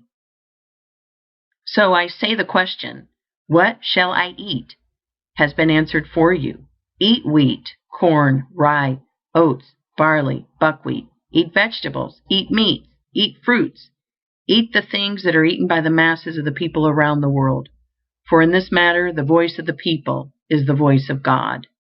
They have been led, generally, to the selection of certain foods, and they have been led, generally, to prepare these foods in generally similar ways. And you may depend upon it that in general they have the right foods and are preparing them in the right way. In these matters, the race has been under the guidance of God. The list of foods in common use is a long one, and you must select therefrom according to your individual taste. If you do, you will find that you have an infallible guide, as shown in the next 2 chapters. If you do not eat until you have an earned hunger, you will not find your taste demanding unnatural or unhealthy foods. The wood chopper, who has swung his axe continuously from 7 in the morning until noon, does not come in clamoring for cream puffs and confectionery. He wants pork and beans, or beefsteak and potatoes, or cornbread and cabbage. He asks for the plain solids. Offer to crack him a few walnuts and give him a plate of lettuce, and you will be met with huge disdain. Those things are not natural foods for a working man. And if they are not natural foods for a working man, they are not for any other man. For work hunger is the only real hunger, and requires the same materials to satisfy it, whether it be in wood chopper or banker, in man, woman, or child. It is a mistake to suppose that food must be selected with anxious care to fit the vocation of the person who eats. It is not true that the wood chopper requires heavy or solid foods, and the bookkeeper light foods. If you are a bookkeeper or other brain worker, you do not eat until you have an earned hunger, you will want exactly the same foods that the wood chopper wants. Your body is made of exactly the same elements as that of the wood chopper, and requires the same materials for cell building. Why, then, feed him on ham and eggs and cornbread and you on crackers and toast? True, most of his waste is of muscle, while most of yours is of brain and nerve tissue. But it is also true that the woodchopper's diet contains all the requisites for brain and nerve building in far better proportions than they are found in most light foods. The world's best brain work has been done on the fare of the working people. The world's greatest thinkers have invariably lived on the plain solid foods common among the masses. Let the bookkeeper wait until he has an earned hunger before he eats, and then, if he wants ham, eggs, and cornbread, by all means let him eat them. But let him remember that he does not need 1/20 of the amount necessary for the woodchopper. It is not eating hearty foods which gives the brain worker indigestion. It is eating as much as would be needed by a muscle worker. Indigestion is never caused by eating to satisfy hunger. It is always caused by eating to gratify appetite. If you eat in the manner prescribed in the next chapter, your taste will soon become so natural that you will never want anything that you cannot eat with impunity, and you can drop the whole anxious question of what to eat from your mind forever, and simply eat what you want. Indeed, that is the only way to do if you are to think no thoughts but those of health, for you cannot think health so long as you are in continual doubt and uncertainty as to whether you are getting the right bills of fare. "Take no thought what ye shall eat," said Jesus, and he spoke wisely. The foods found on the table of any ordinary middle class or working class family will nourish your body perfectly if you eat at the right times and in the right way. If you want meat, eat it, and if you do not want it, do not eat it, and do not suppose that you must find some special substitute for it. You can live perfectly well on what is left on any table after the meat has been removed. It is not necessary to worry about a varied diet, so as to get in all the necessary elements. The Chinese and Hindus build very good bodies and excellent brains on a diet of few variations, rice making almost the whole of it. The Scotch are physically and mentally strong on oatmeal cakes, and the Irishman is husky of body and brilliant of mind on potatoes and pork. The wheat berry contains practically all that is necessary for the building of brain and body, and a man can live very well on a mono diet of navy beans. Form a conception of perfect health for yourself, and do not hold any thought which is not a thought of health. Never eat until you have an earned hunger. Remember that it will not hurt you in the least to go hungry for a short time, but it will surely hurt you to eat when you are not hungry. Do not give the least thought to what you should or should not eat. Simply eat what is set before you, selecting that which pleases your taste most. In other words, eat what you want. This you can do with perfect results if you eat in the right way, and how to do this will be explained in the next chapter. End of Chapter 10. Recording by Jill Preston.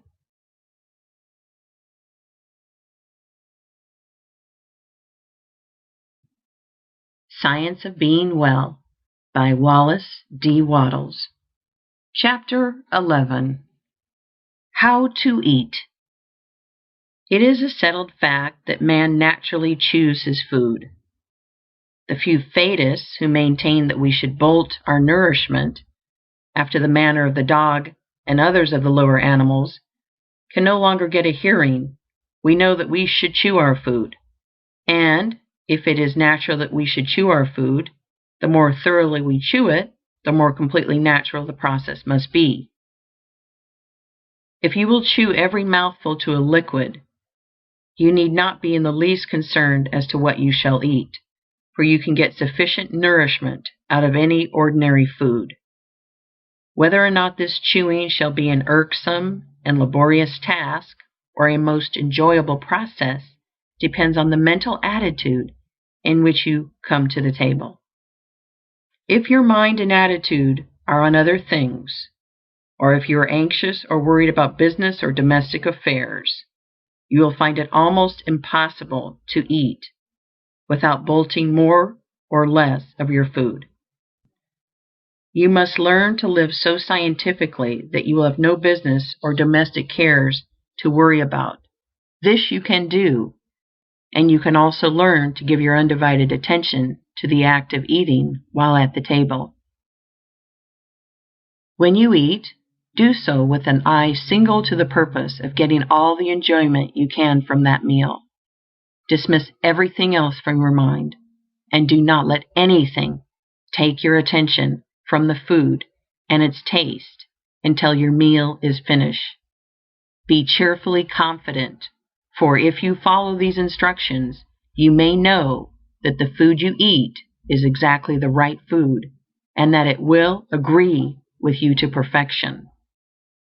Sit down to the table with confident cheerfulness, and take a moderate portion of the food. Take whatever things look most desirable to you.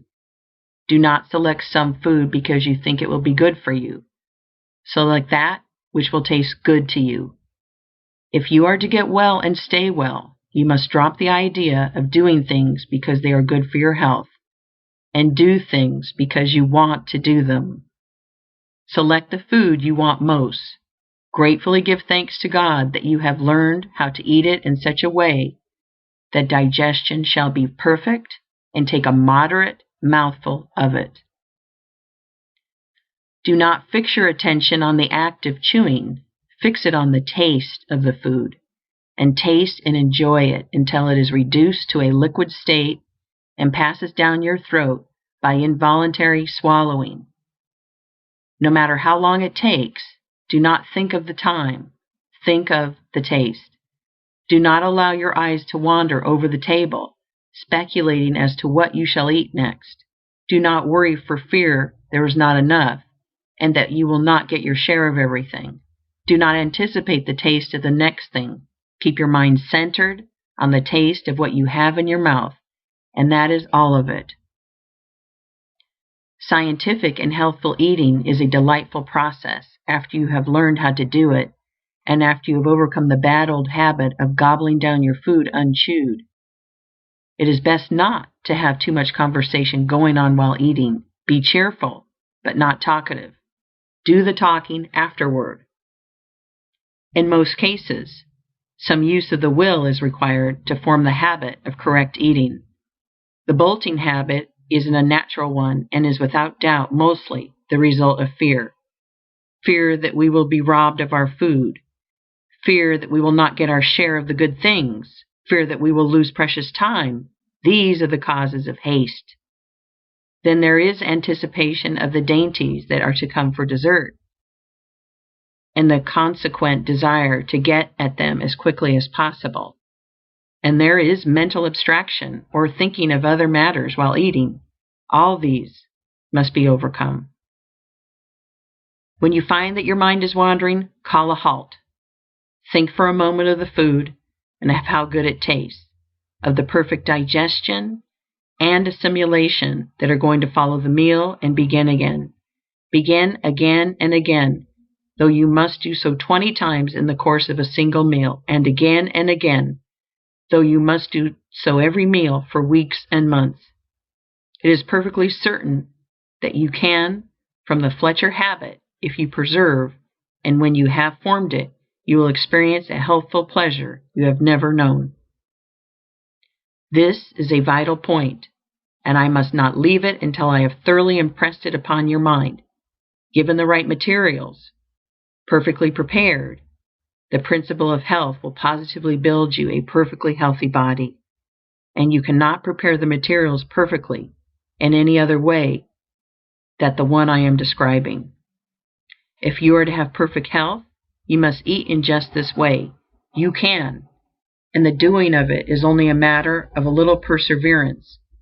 What use for you to talk of mental control unless you will govern yourself in so simple a matter as ceasing to bolt your food? What use to talk of concentration unless you can keep your mind on the act of eating it for so short a space as 15 or 20 minutes, especially with all the pleasures of taste to help you go on and conquer? In a few weeks, or months, as the case may be, you will find the habit of scientific eating becoming fixed, and soon you will be in so splendid a condition, mentally and physically, that nothing would induce you to return to the bad old way. We have seen that if a man will think only thoughts of perfect health, his internal functions will be performed in a healthy manner, and we have seen that in order to think thoughts of health, man must perform the voluntary functions in a healthy manner. The most important of the voluntary functions is that of eating, and we see, so far, no especial difficulty in eating in a perfectly healthy way. I will here summarize the instructions as to when to eat, what to eat, and how to eat, with the reasons therefore. Never eat until you have an earned hunger, no matter how long you go without food. This is based on the fact that whatever food is needed in the system, if there is power to digest it, the subconscious mind announces the need by the sensation of hunger. Learn to distinguish between genuine hunger and the gnawing and craving sensations caused by unnatural appetite. Hunger is never a disagreeable feeling accompanied by weakness, faintness, or gnawing feelings at the stomach. It is a pleasant, anticipatory desire for food, and is felt mostly in the mouth and throat. It does not come at certain hours or at stated intervals. It only comes when the subconscious mind is ready to receive, digest, and assimilate food. Eat whatever foods you want, making your selection from the staples in general use in the zone in which you live. The Supreme Intelligence has guided man to the selection of these foods, and they are the right ones for all. I am referring, of course, to the foods which are taken to satisfy hunger, not to those which have been contrived merely to gratify appetite or perverted taste. The instinct which has guided the masses of men to make use of the great staples of food to satisfy their hunger is a divine one. God has made no mistake. If you eat these foods, you will not go wrong. Eat your food with cheerful confidence and get all the pleasure that is to be had from the taste of every mouthful. Chew each morsel to a liquid, keeping your attention fixed on the enjoyment of the process. This is the only way to eat in a perfectly complete and successful manner, and when anything is done in a completely successful manner, the general result cannot be a failure. In the attainment of health, the law is the same as in the attainment of riches. If you make each act a success in itself, the sum of all your acts must be a success.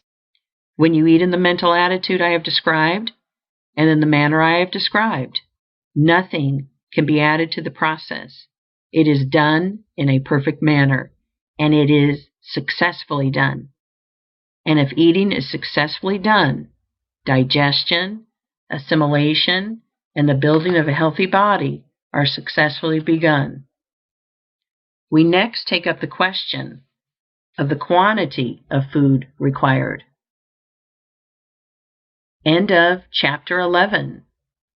Recording by Jill Preston.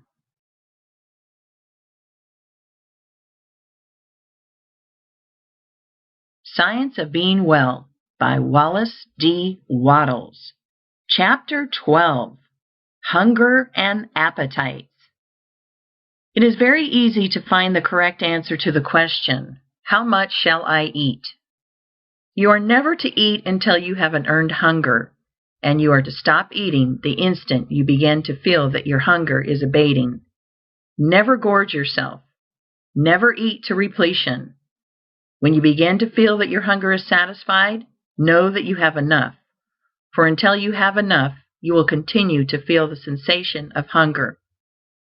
If you eat as directed in the last chapter, it is probable that you will begin to feel satisfied before you have taken half your usual amount, but stop there all the same. No matter how delightfully attractive the dessert or how tempting the pie or pudding, do not eat a mouthful of it if you find that your hunger has been in the least degree assuaged by the other foods you have taken. Whatever you eat after your hunger begins to abate is taken to gratify taste and appetite, not hunger, and is not called for by nature at all.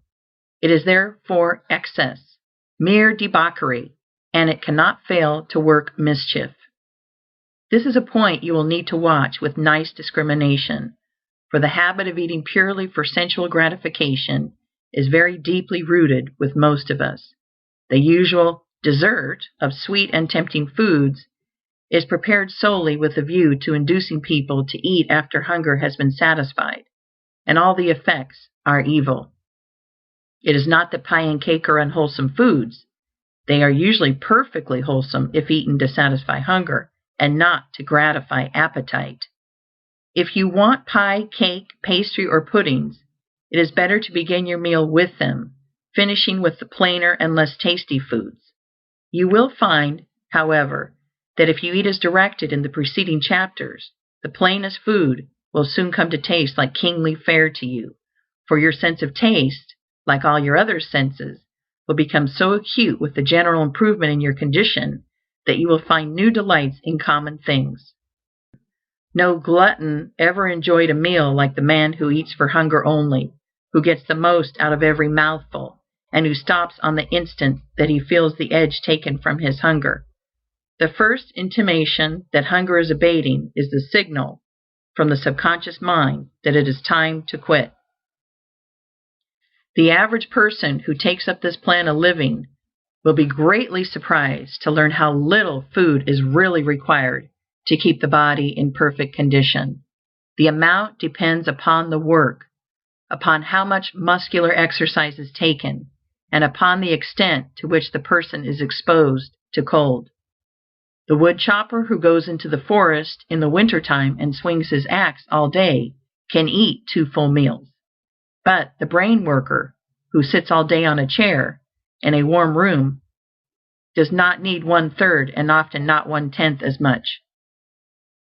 Most wood choppers eat 2 or 3 times as much, and most brain workers from 3 to 10 times as much as nature calls for.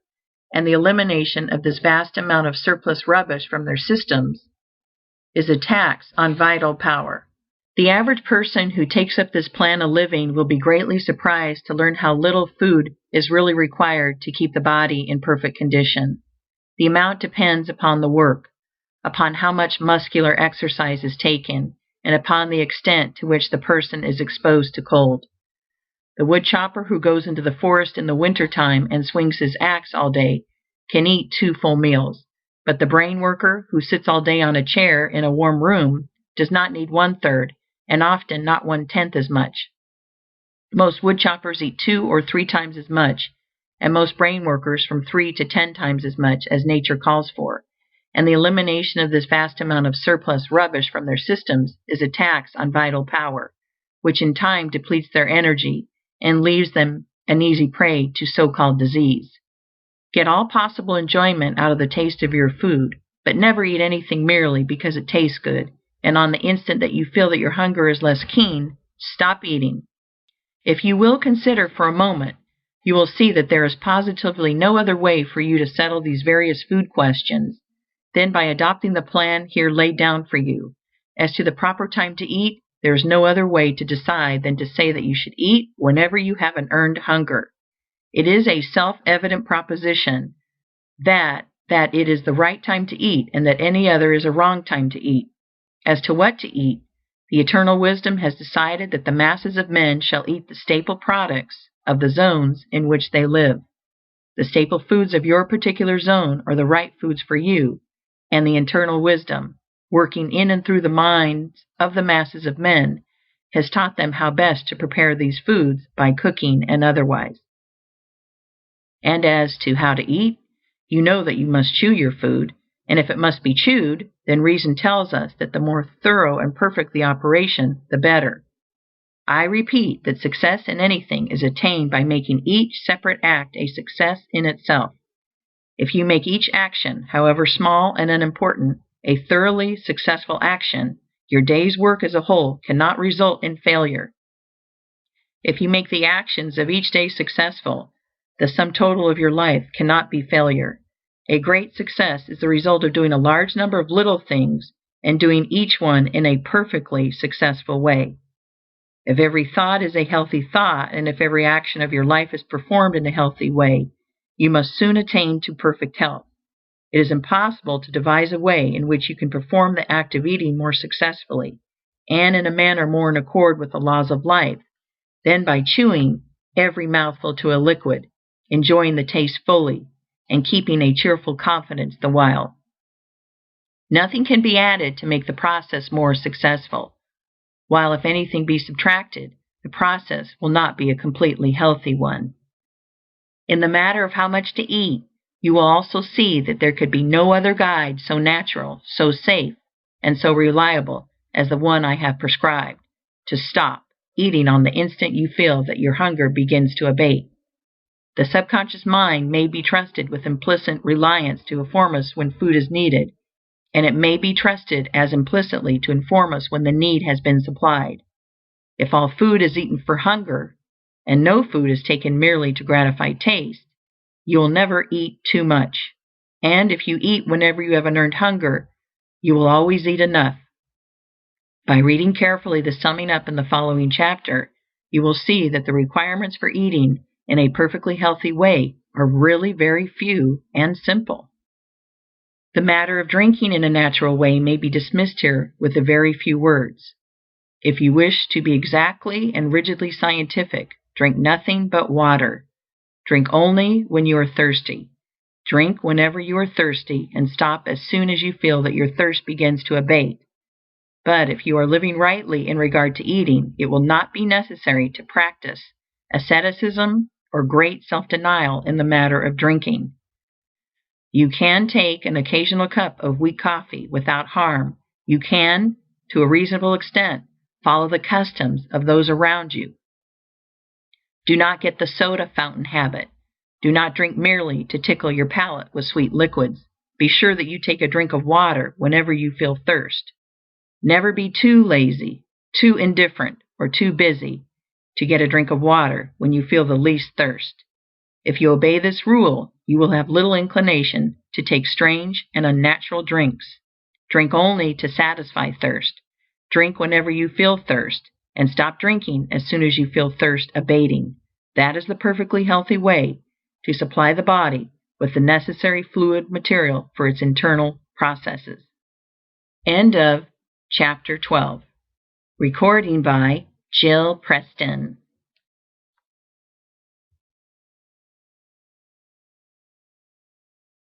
Science of Being Well by Wallace D. Wattles. Chapter 13. In a Nutshell. There is a cosmic life which permeates, penetrates, and fills the interspaces of the universe, being in and through all things. This life is not merely a vibration or form of energy, it is a living substance. All things are made from it. It is all and in all.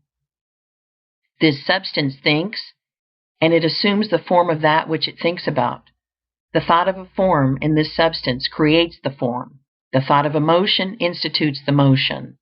The visible universe with all its forms and motions exists because it is in the thought of original substance. Man is a form of original substance and can think original thoughts, and within himself man's thoughts have controlling or formative power. The thought of a condition produces that condition.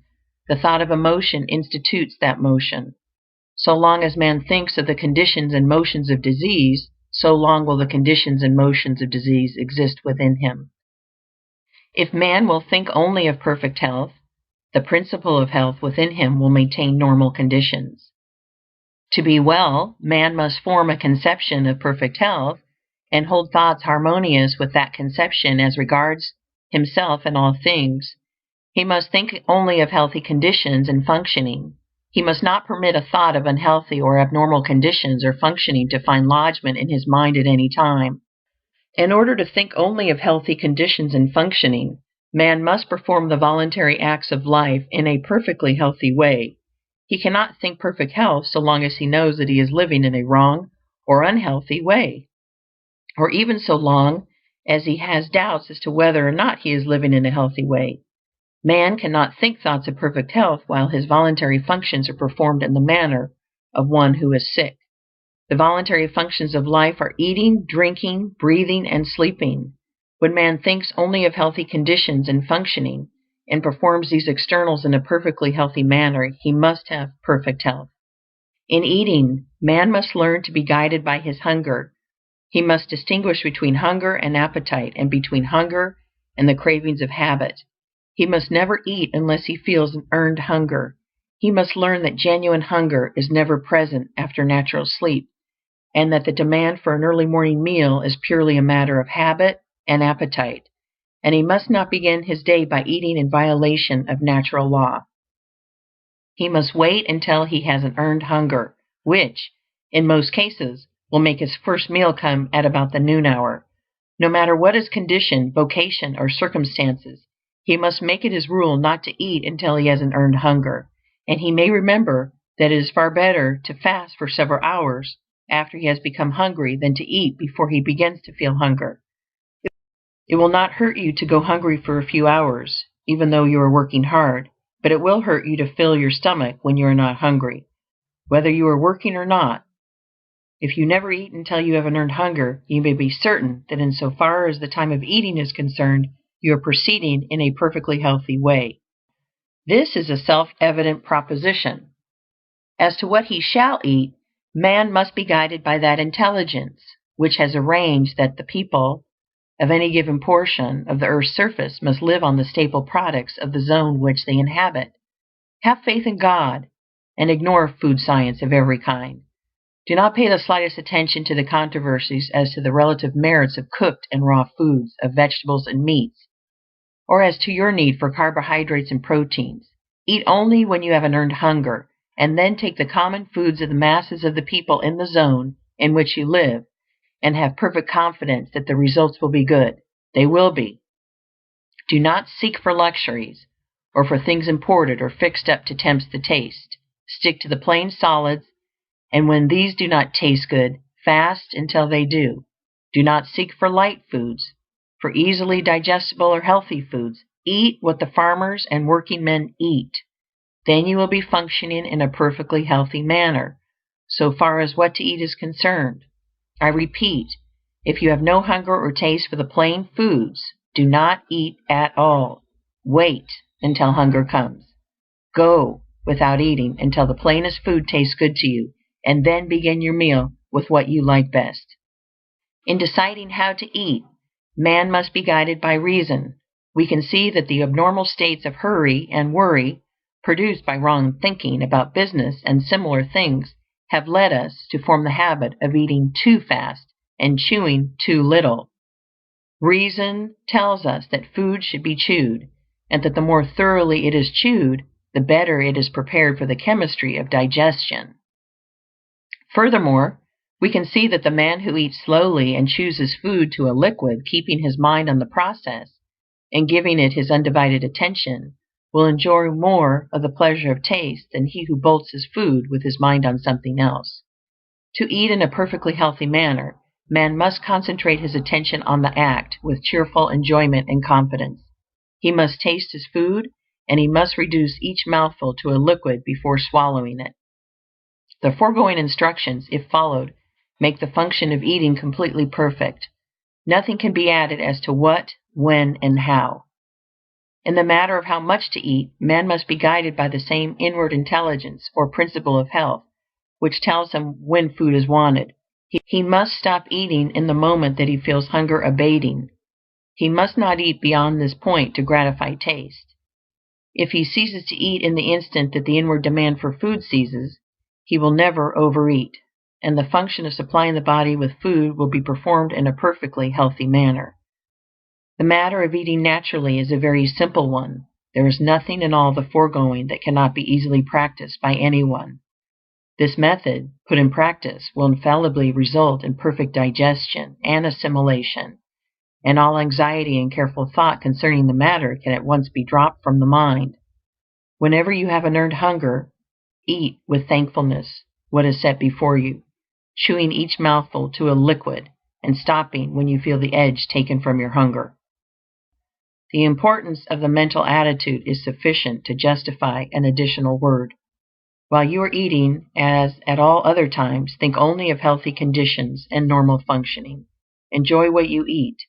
If you carry on a conversation at the table, talk of the goodness of the food and of the pleasure it is giving you. Never mention that you dislike this or that. Speak only of those things which you like. Never discuss the wholesomeness or unwholesomeness of foods. Never mention or think of unwholesomeness at all. If there is anything on the table for which you do not care, pass it by in silence or with a word of commendation. Never criticize or object to anything. Eat your food with gladness and with singleness of heart, praising God and giving thanks. Let your watchword be perseverance. Whenever you fall into the old way of hasty eating or of wrong thought and speech, bring yourself up short and begin again. It is one of the most vital importance to you that you should be a self-controlling and self-directing person, and you can never hope to become so unless you can master yourself in so simple and fundamental a matter as the manner and method of your eating. If you cannot control yourself in this, you cannot control yourself in anything that will be worthwhile. On the other hand, if you carry out the foregoing instructions, you may rest in the assurance that insofar as right thinking and right eating are concerned, you are living in a perfectly scientific way, and you may also be assured that if you practice what is prescribed in the following chapters, you will quickly build your body into a condition of perfect health. End of Chapter 13. Recording by Jill Preston.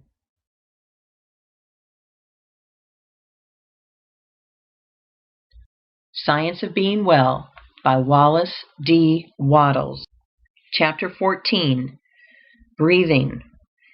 The function of breathing is a vital one, and it immediately concerns the continuance of life. We can live many hours without sleeping, and many days without eating or drinking, but only a few minutes without breathing. The act of breathing is involuntary, but the manner of it and the provision of the proper conditions for its healthy performance falls within the scope of volition. Man will continue to breathe involuntarily, but he can voluntarily determine what he shall breathe, and how deeply and thoroughly he shall breathe, and he can, of his own volition, keep the physical mechanism in condition for the perfect performance of the function. It is essential, if you wish to breathe in a perfectly healthy way, that the physical machinery used in the act should be kept in good condition. You must keep your spine moderately straight, and the muscles of your chest must be flexible and free in action.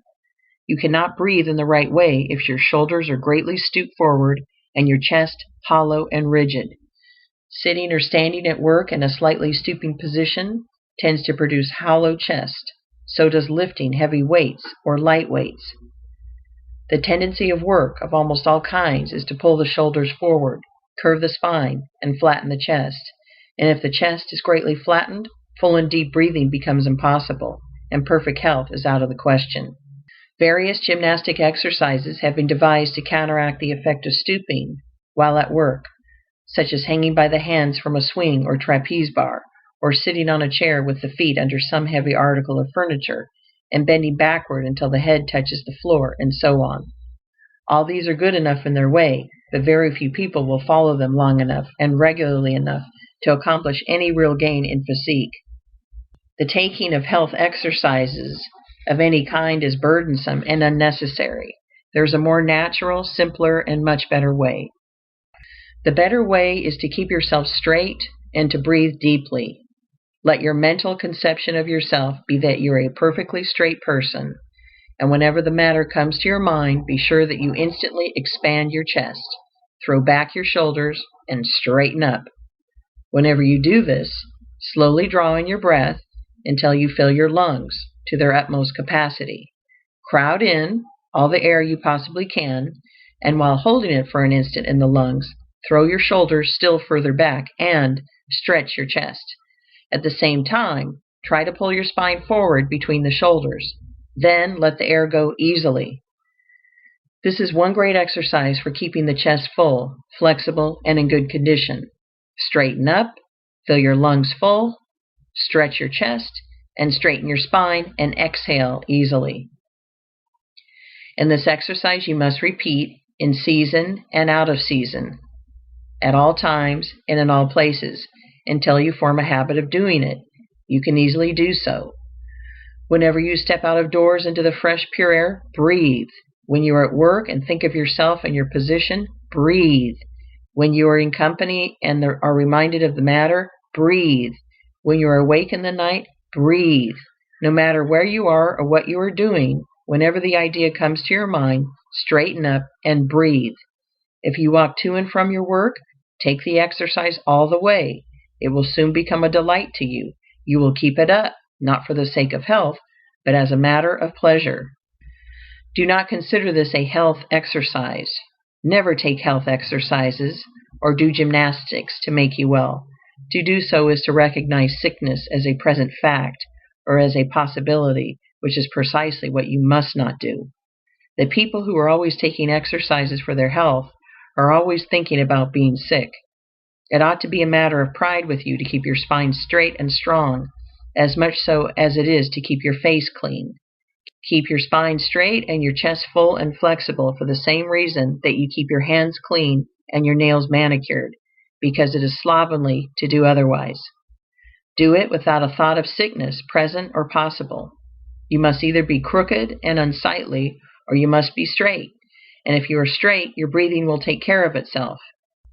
You will find the matter of health exercises referred to again in a future chapter. It is essential, however, that you should breathe air. It appears to be the intention of nature that the lungs should receive air containing its regular percentage of oxygen, and not greatly contaminated by other gases or by filth of any kind. Do not allow yourself to think that you are compelled to live or work where the air is not fit to breathe. If your house cannot be properly ventilated, move.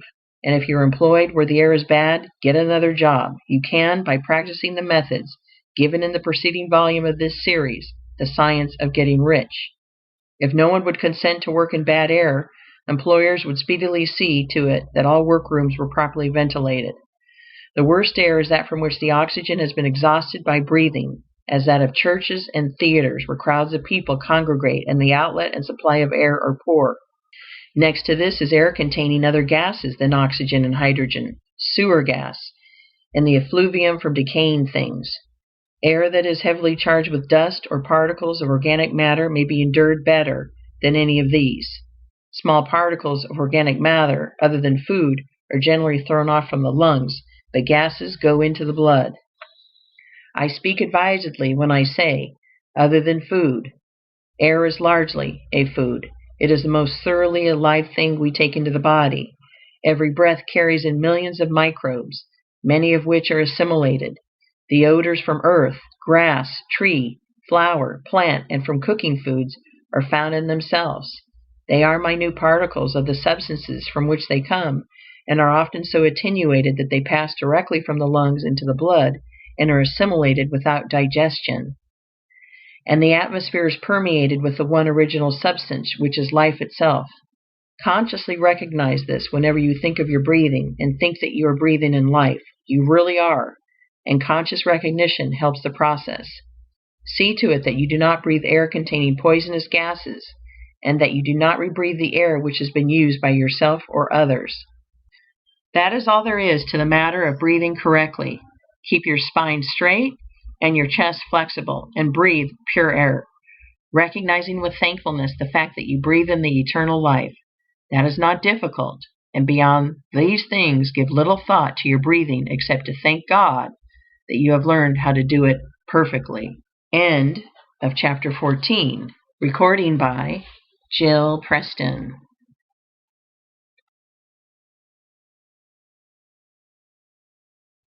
Science of Being Well by Wallace D. Wattles. Chapter 15. Sleep. Vital power is renewed in sleep. Every living thing sleeps. Men, animals, reptiles, fish, and insects sleep, and even plants have regular periods of slumber. And this is because it is in sleep that we come in such contact with the principle of life in nature that our own lives may be renewed. It is in sleep that the brain of man is recharged with vital energy, and the principle of health within him is given new strength. It is of the first importance, then, that we should sleep in a natural, normal, and perfectly healthy manner. Studying sleep, we note that the breathing is much deeper and more forcible and rhythmic than in the waking state. Much more air is inspired when asleep than when awake, and this tells us that the principle of health requires large quantities of some element in the atmosphere for the process of renewal. If you would surround sleep with natural conditions, then the first step is to see that you have an unlimited supply of fresh and pure air to breathe. Physicians have found that sleeping in the pure air of out of doors is very efficacious in the treatment of pulmonary troubles, and, taken in connection with the way of living and thinking prescribed in this book, you will find that it is just as efficacious in curing every other sort of trouble. Do not take any halfway measures in this matter of securing pure air while you sleep. Ventilate your bedroom thoroughly, so thoroughly that it will be practically the same as sleeping out of doors. Have a door or window open wide. Have one open on each side of the room if possible. If you cannot have a good draught of air across the room, pull the head of your bed close to the open window so that the air from without may come fully into your face. No matter how cold or unpleasant the weather, have a window open and open wide, and try to get a circulation of pure air through the room. Pile on the bedclothes if necessary to keep you warm, but have an unlimited supply of fresh air from out of doors. This is the first great requisite for healthy sleep. The brain and nerve centers cannot be thoroughly vitalized if you sleep in dead or stagnant air. You must have the living atmosphere, vital with nature's principle of life. I repeat, do not make any compromise in this matter. Ventilate your sleeping room completely and see that there is a circulation of outdoor air through it while you sleep. You are not sleeping in a perfectly healthy way if you shut the doors and windows of your sleeping room, whether in winter or summer. Have fresh air.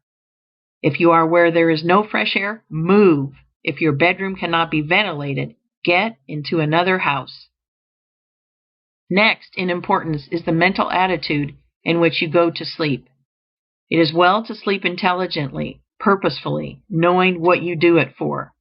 Lie down thinking that sleep is an infallible vitalizer, and go to sleep with a confident faith that your strength is to be renewed, that you will awake full of vitality and health.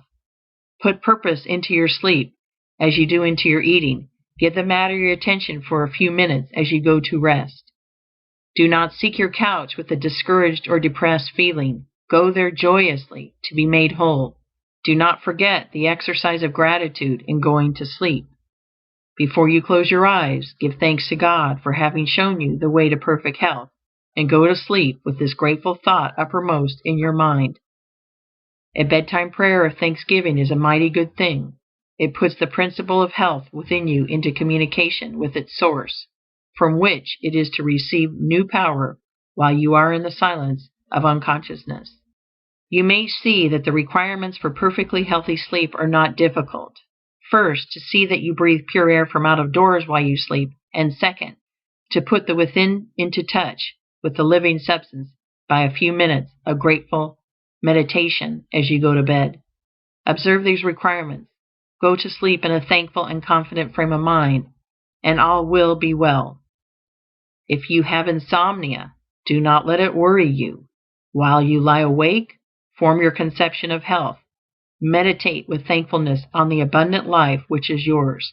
Breathe and feel perfectly confident that you will sleep in due time, and you will. Insomnia, like every other ailment, must give way before the principle of health aroused to full constructive activity by the course of thought and action herein described. The reader will now comprehend that it is not at all burdensome or disagreeable to perform the voluntary functions of life in a perfectly healthy way. The perfectly healthy way is the easiest, simplest, most natural, and most pleasant way. The cultivation of health is not a work of art, difficulty, or strenuous labor. You have only to lay aside artificial observances of every kind, and eat, drink, breathe, and sleep in the most natural and delightful way. And if you do this, thinking health, and only health, you will certainly be well. End of chapter 15. Recording by Jill Preston.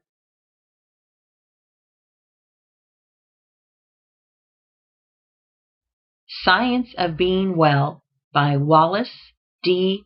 Wattles. Chapter 16.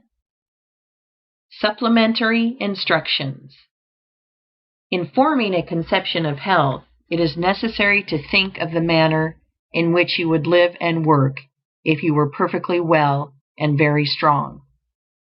To imagine yourself doing things in the way of a perfectly well and very strong person until you have a fairly good conception of what you would be if you were well.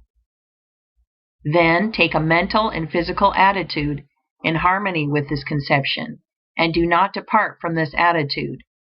You must unify yourself in thought with the thing you desire, and whatever state or condition you unify with yourself in thought will soon become unified with you in body. The scientific way is to sever relations with everything you do not want, and to enter into relations with everything you do want.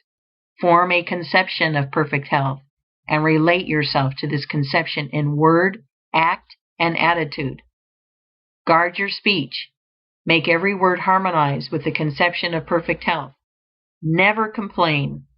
Never say things like these: I did not sleep well last night. I have a pain in my side. I do not feel at all well today, and so on. Say, I am looking forward to a good night's sleep tonight. I can see that I progress rapidly, and things of similar meaning. Insofar as everything which is connected with disease is concerned, your way is to forget it. And insofar as everything which is connected with health is concerned, your way is to unify yourself with it in thought and speech. This is the whole thing in a nutshell. Make yourself one with health in thought, word, and action, and do not connect yourself with sickness either by thought, word, or action. Do not read doctor books or medical literature, or the literature of those whose theories conflict with those herein set forth. To do so will certainly undermine your faith in the way of living upon which you have entered, and cause you to again come into mental relations with disease. This book really gives you all that is required. Nothing essential has been omitted, and practically all the superfluous has been eliminated. The science of being well is an exact science, like arithmetic. Nothing can be added to the fundamental principles, and if anything be taken from them, a failure will result. If you follow strictly the way of living prescribed in this book, you will be well, and you certainly can follow this way, both in thought and action. Relate not only yourself, but so far as possible, all others, in your thoughts to perfect health. Do not sympathize with people when they complain, or even when they are sick and suffering. Turn their thoughts into a constructive channel if you can. Do all you can for their relief, but do it with the health thought in your mind. Do not let people tell their woes and catalog their symptoms to you. Turn the conversation to some other subject, or excuse yourself and go. Better be considered an unfeeling person than to have the disease thought forced upon you. When you are in company of people whose conversational stock in trade is sickness and kindred matters, ignore what they say and fall to offering a mental prayer of gratitude for your perfect health. And if that does not enable you to shut out their thoughts, say goodbye and leave them. No matter what they think or say, politeness does not require you to permit yourself to be poisoned by diseased or perverted thought.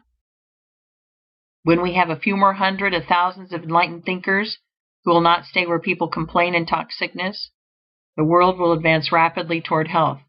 When you let people talk to you of sickness, you assist them to increase and multiply sickness. What shall I do when I am in pain? Can one be in actual physical suffering and still think only thoughts of health? Yes. Do not resist pain. Recognize that it is a good thing. Pain is caused by an effort of the principle of health to overcome some unnatural condition. This you must know and feel. When you have a pain, think that a process of healing is going on to the affected part and mentally assist and cooperate with it. Put yourself in full mental harmony with the power which is causing the pain. Assist it, help it along. Do not hesitate, when necessary, to use hot fomentations and similar means to further the good work which is going on. If the pain is severe, lie down and give your mind to the work of quietly and easily cooperating with the force which is at work for your good. This is the time to exercise gratitude and faith. Be thankful for the power of health which is causing the pain, and be certain that the pain will cease as soon as the good work is done. Fix your thoughts with confidence on the principle of health, which is making such conditions within you that pain will soon be unnecessary. You will be surprised to find how easily you can conquer pain, and after you have lived for a time in this scientific way, pains and aches will be things unknown to you. What shall I do when I am too weak for my work? Shall I drive myself beyond my strength, trusting in God to support me? Shall I go on like the runner, expecting a second wind? No, better not. When you begin to live in this way, you will probably not be of normal strength, and you will gradually pass from a low physical condition to a higher one. If you relate yourself mentally with health and strength, and perform the voluntary functions of life in a perfectly healthy manner, your strength will increase from day to day. But for a time, you may have days when your strength is insufficient for the work you would like to do. At such times, rest and exercise gratitude. Recognize the fact that your strength is growing rapidly and feel a deep thankfulness to the living one from which it comes. Spend an hour of weakness in thanksgiving and rest, with full faith that great strength is at hand, and then get up and go on again. While you rest, do not think of your present weakness. Think of the strength that is coming. Never at any time allow yourself to think that you are giving way to weakness. When you rest, as when you go to sleep, fix your mind on the principle of health which is building you into complete strength. What shall I do about the great bugaboo which scares millions of people to death every year? Constipation. Do nothing. Read Horace Fletcher on the ABZ or Our Own Nutrition, and get the full force of his explanation of the fact that when you live on this scientific plane, you need not, and indeed cannot, have an evacuation of the bowels every day, and that an operation in from once in 3 days to once in 2 weeks is quite sufficient for perfect health. The gross feeders who eat from 3 to 10 times as much as can be utilized in their systems have a great amount of waste to eliminate, but if you live in the manner we have described, it will be otherwise with you. If you eat only when you have an earned hunger and chew every mouthful to a liquid, and if you stop eating the instant you begin to be conscious of an abatement of your hunger, you will so perfectly prepare your food for digestion and assimilation that practically all of it will be taken up by the absorbents, and there will be little, almost nothing, remaining in the bowels to be excreted. If you are able to entirely banish from your memory all that you have read in doctor books and patent medicine advertisements concerning constipation, you need give the matter no further thought at all. The principle of health will take care of it. But if your mind has been filled with fear thought in regard to constipation, it may be well in the beginning for you to occasionally flush the colon with warm water. There is not the least need of doing it, except to make the process of your mental emancipation from fear a little easier. It may be worthwhile for that. And as soon as you see that you are making good progress, and that you have cut down your quantity of food and are really eating in the scientific way, dismiss constipation from your mind forever. You have nothing more to do with it. Put your trust in that principle within you, which has the power to give you perfect health. Relate it by your reverent gratitude to the principle of life, which is all power, and go on your way rejoicing. What about exercise? Everyone is the better for a little all-round use of the muscles every day, and the best way to get this is to do it by engaging in some form of play or amusement. Get your exercise in the natural way, as recreation, not as a forced stunt for health's sake alone. Ride a horse or a bicycle, play tennis, or 10 pins, or toss a ball, Have some avocation, like gardening, in which you can spend an hour every day with pleasure and profit. There are 1,000 ways in which you can get exercise enough to keep your body supple and your circulation good, and yet not fall into the rut of exercising for your health. Exercise for fun or profit. Exercise because you are too healthy to sit still, and not because you wish to become healthy or to remain so. Are long continued fasts necessary? Seldom, if ever. The principle of health does not often require 20, 30, or 40 days to get ready for action. Under normal conditions, hunger will come in much less time. In much long fasts, the reason hunger does not come sooner is because it has been inhibited by the patient himself. He begins the fast with the fear, if not actually with the hope, that it will be many days before hunger comes. The literature he has read on the subject has prepared him to expect a long fast, and he is grimly determined to go to a finish. Let the time be as long as it will, and the subconscious mind, under the influence of powerful and positive suggestion, suspends hunger. When, for any reason, nature takes away your hunger, go cheerfully on with your usual work, and do not eat until she gives it back. No matter if it is 2, 3, 10 days, or longer, you may be perfectly sure that when it is time for you to eat, you will be hungry, and if you are cheerfully confident and keep your faith in health, you will suffer from no weakness or discomfort caused by abstinence. When you are not hungry, you will feel stronger, happier, and more comfortable if you do not eat than you will if you do eat, no matter how long the fast. And if you live in the scientific way described in this book, you will never have to take long fasts. You will seldom miss a meal, and you will enjoy your meals more than ever before in your life. Get an earned hunger before you eat, and whenever you get an earned hunger, eat. End of Chapter 16. Recording by Jill Preston.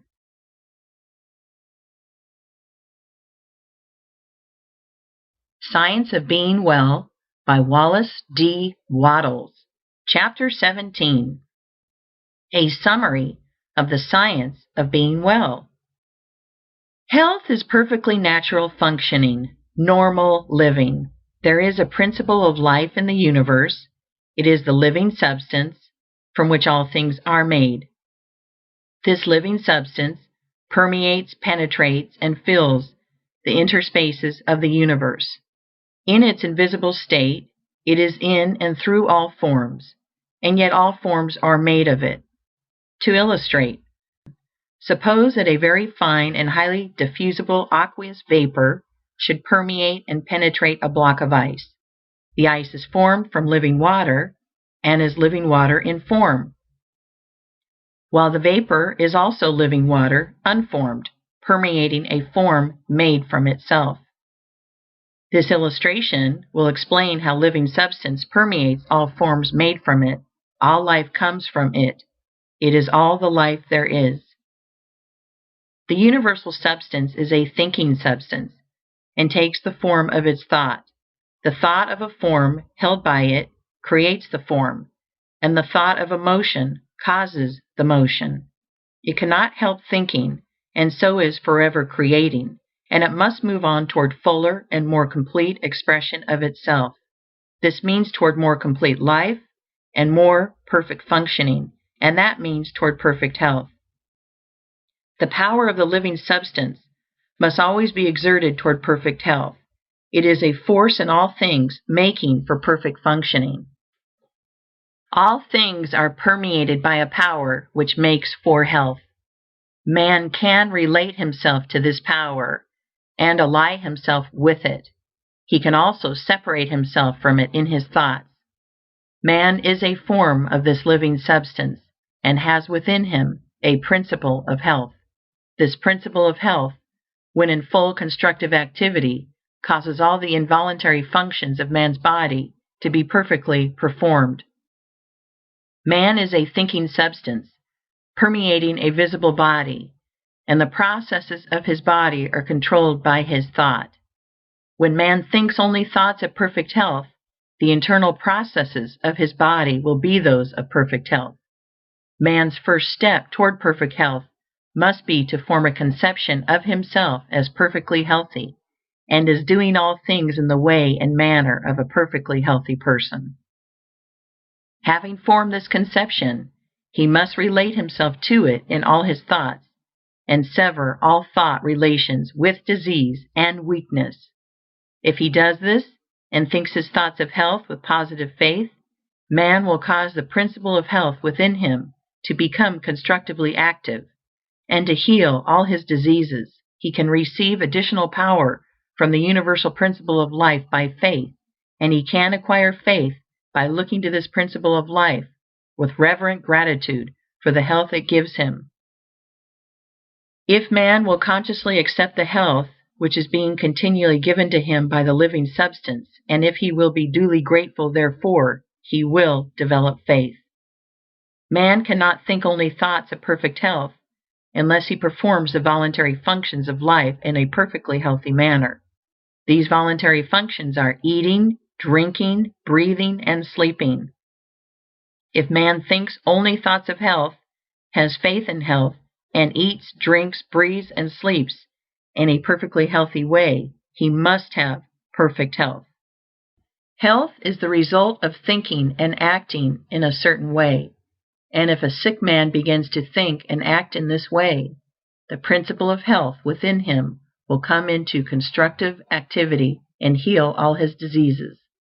This principle of health is the same in all and is related to the life principle of the universe. It is able to heal every disease and will come into activity whenever man thinks and acts in accordance with the science of being well. Therefore, every man can attain to perfect health. End of chapter 17. Recording by Jill Preston. End of Science of Being Well by Wallace D. Wattles.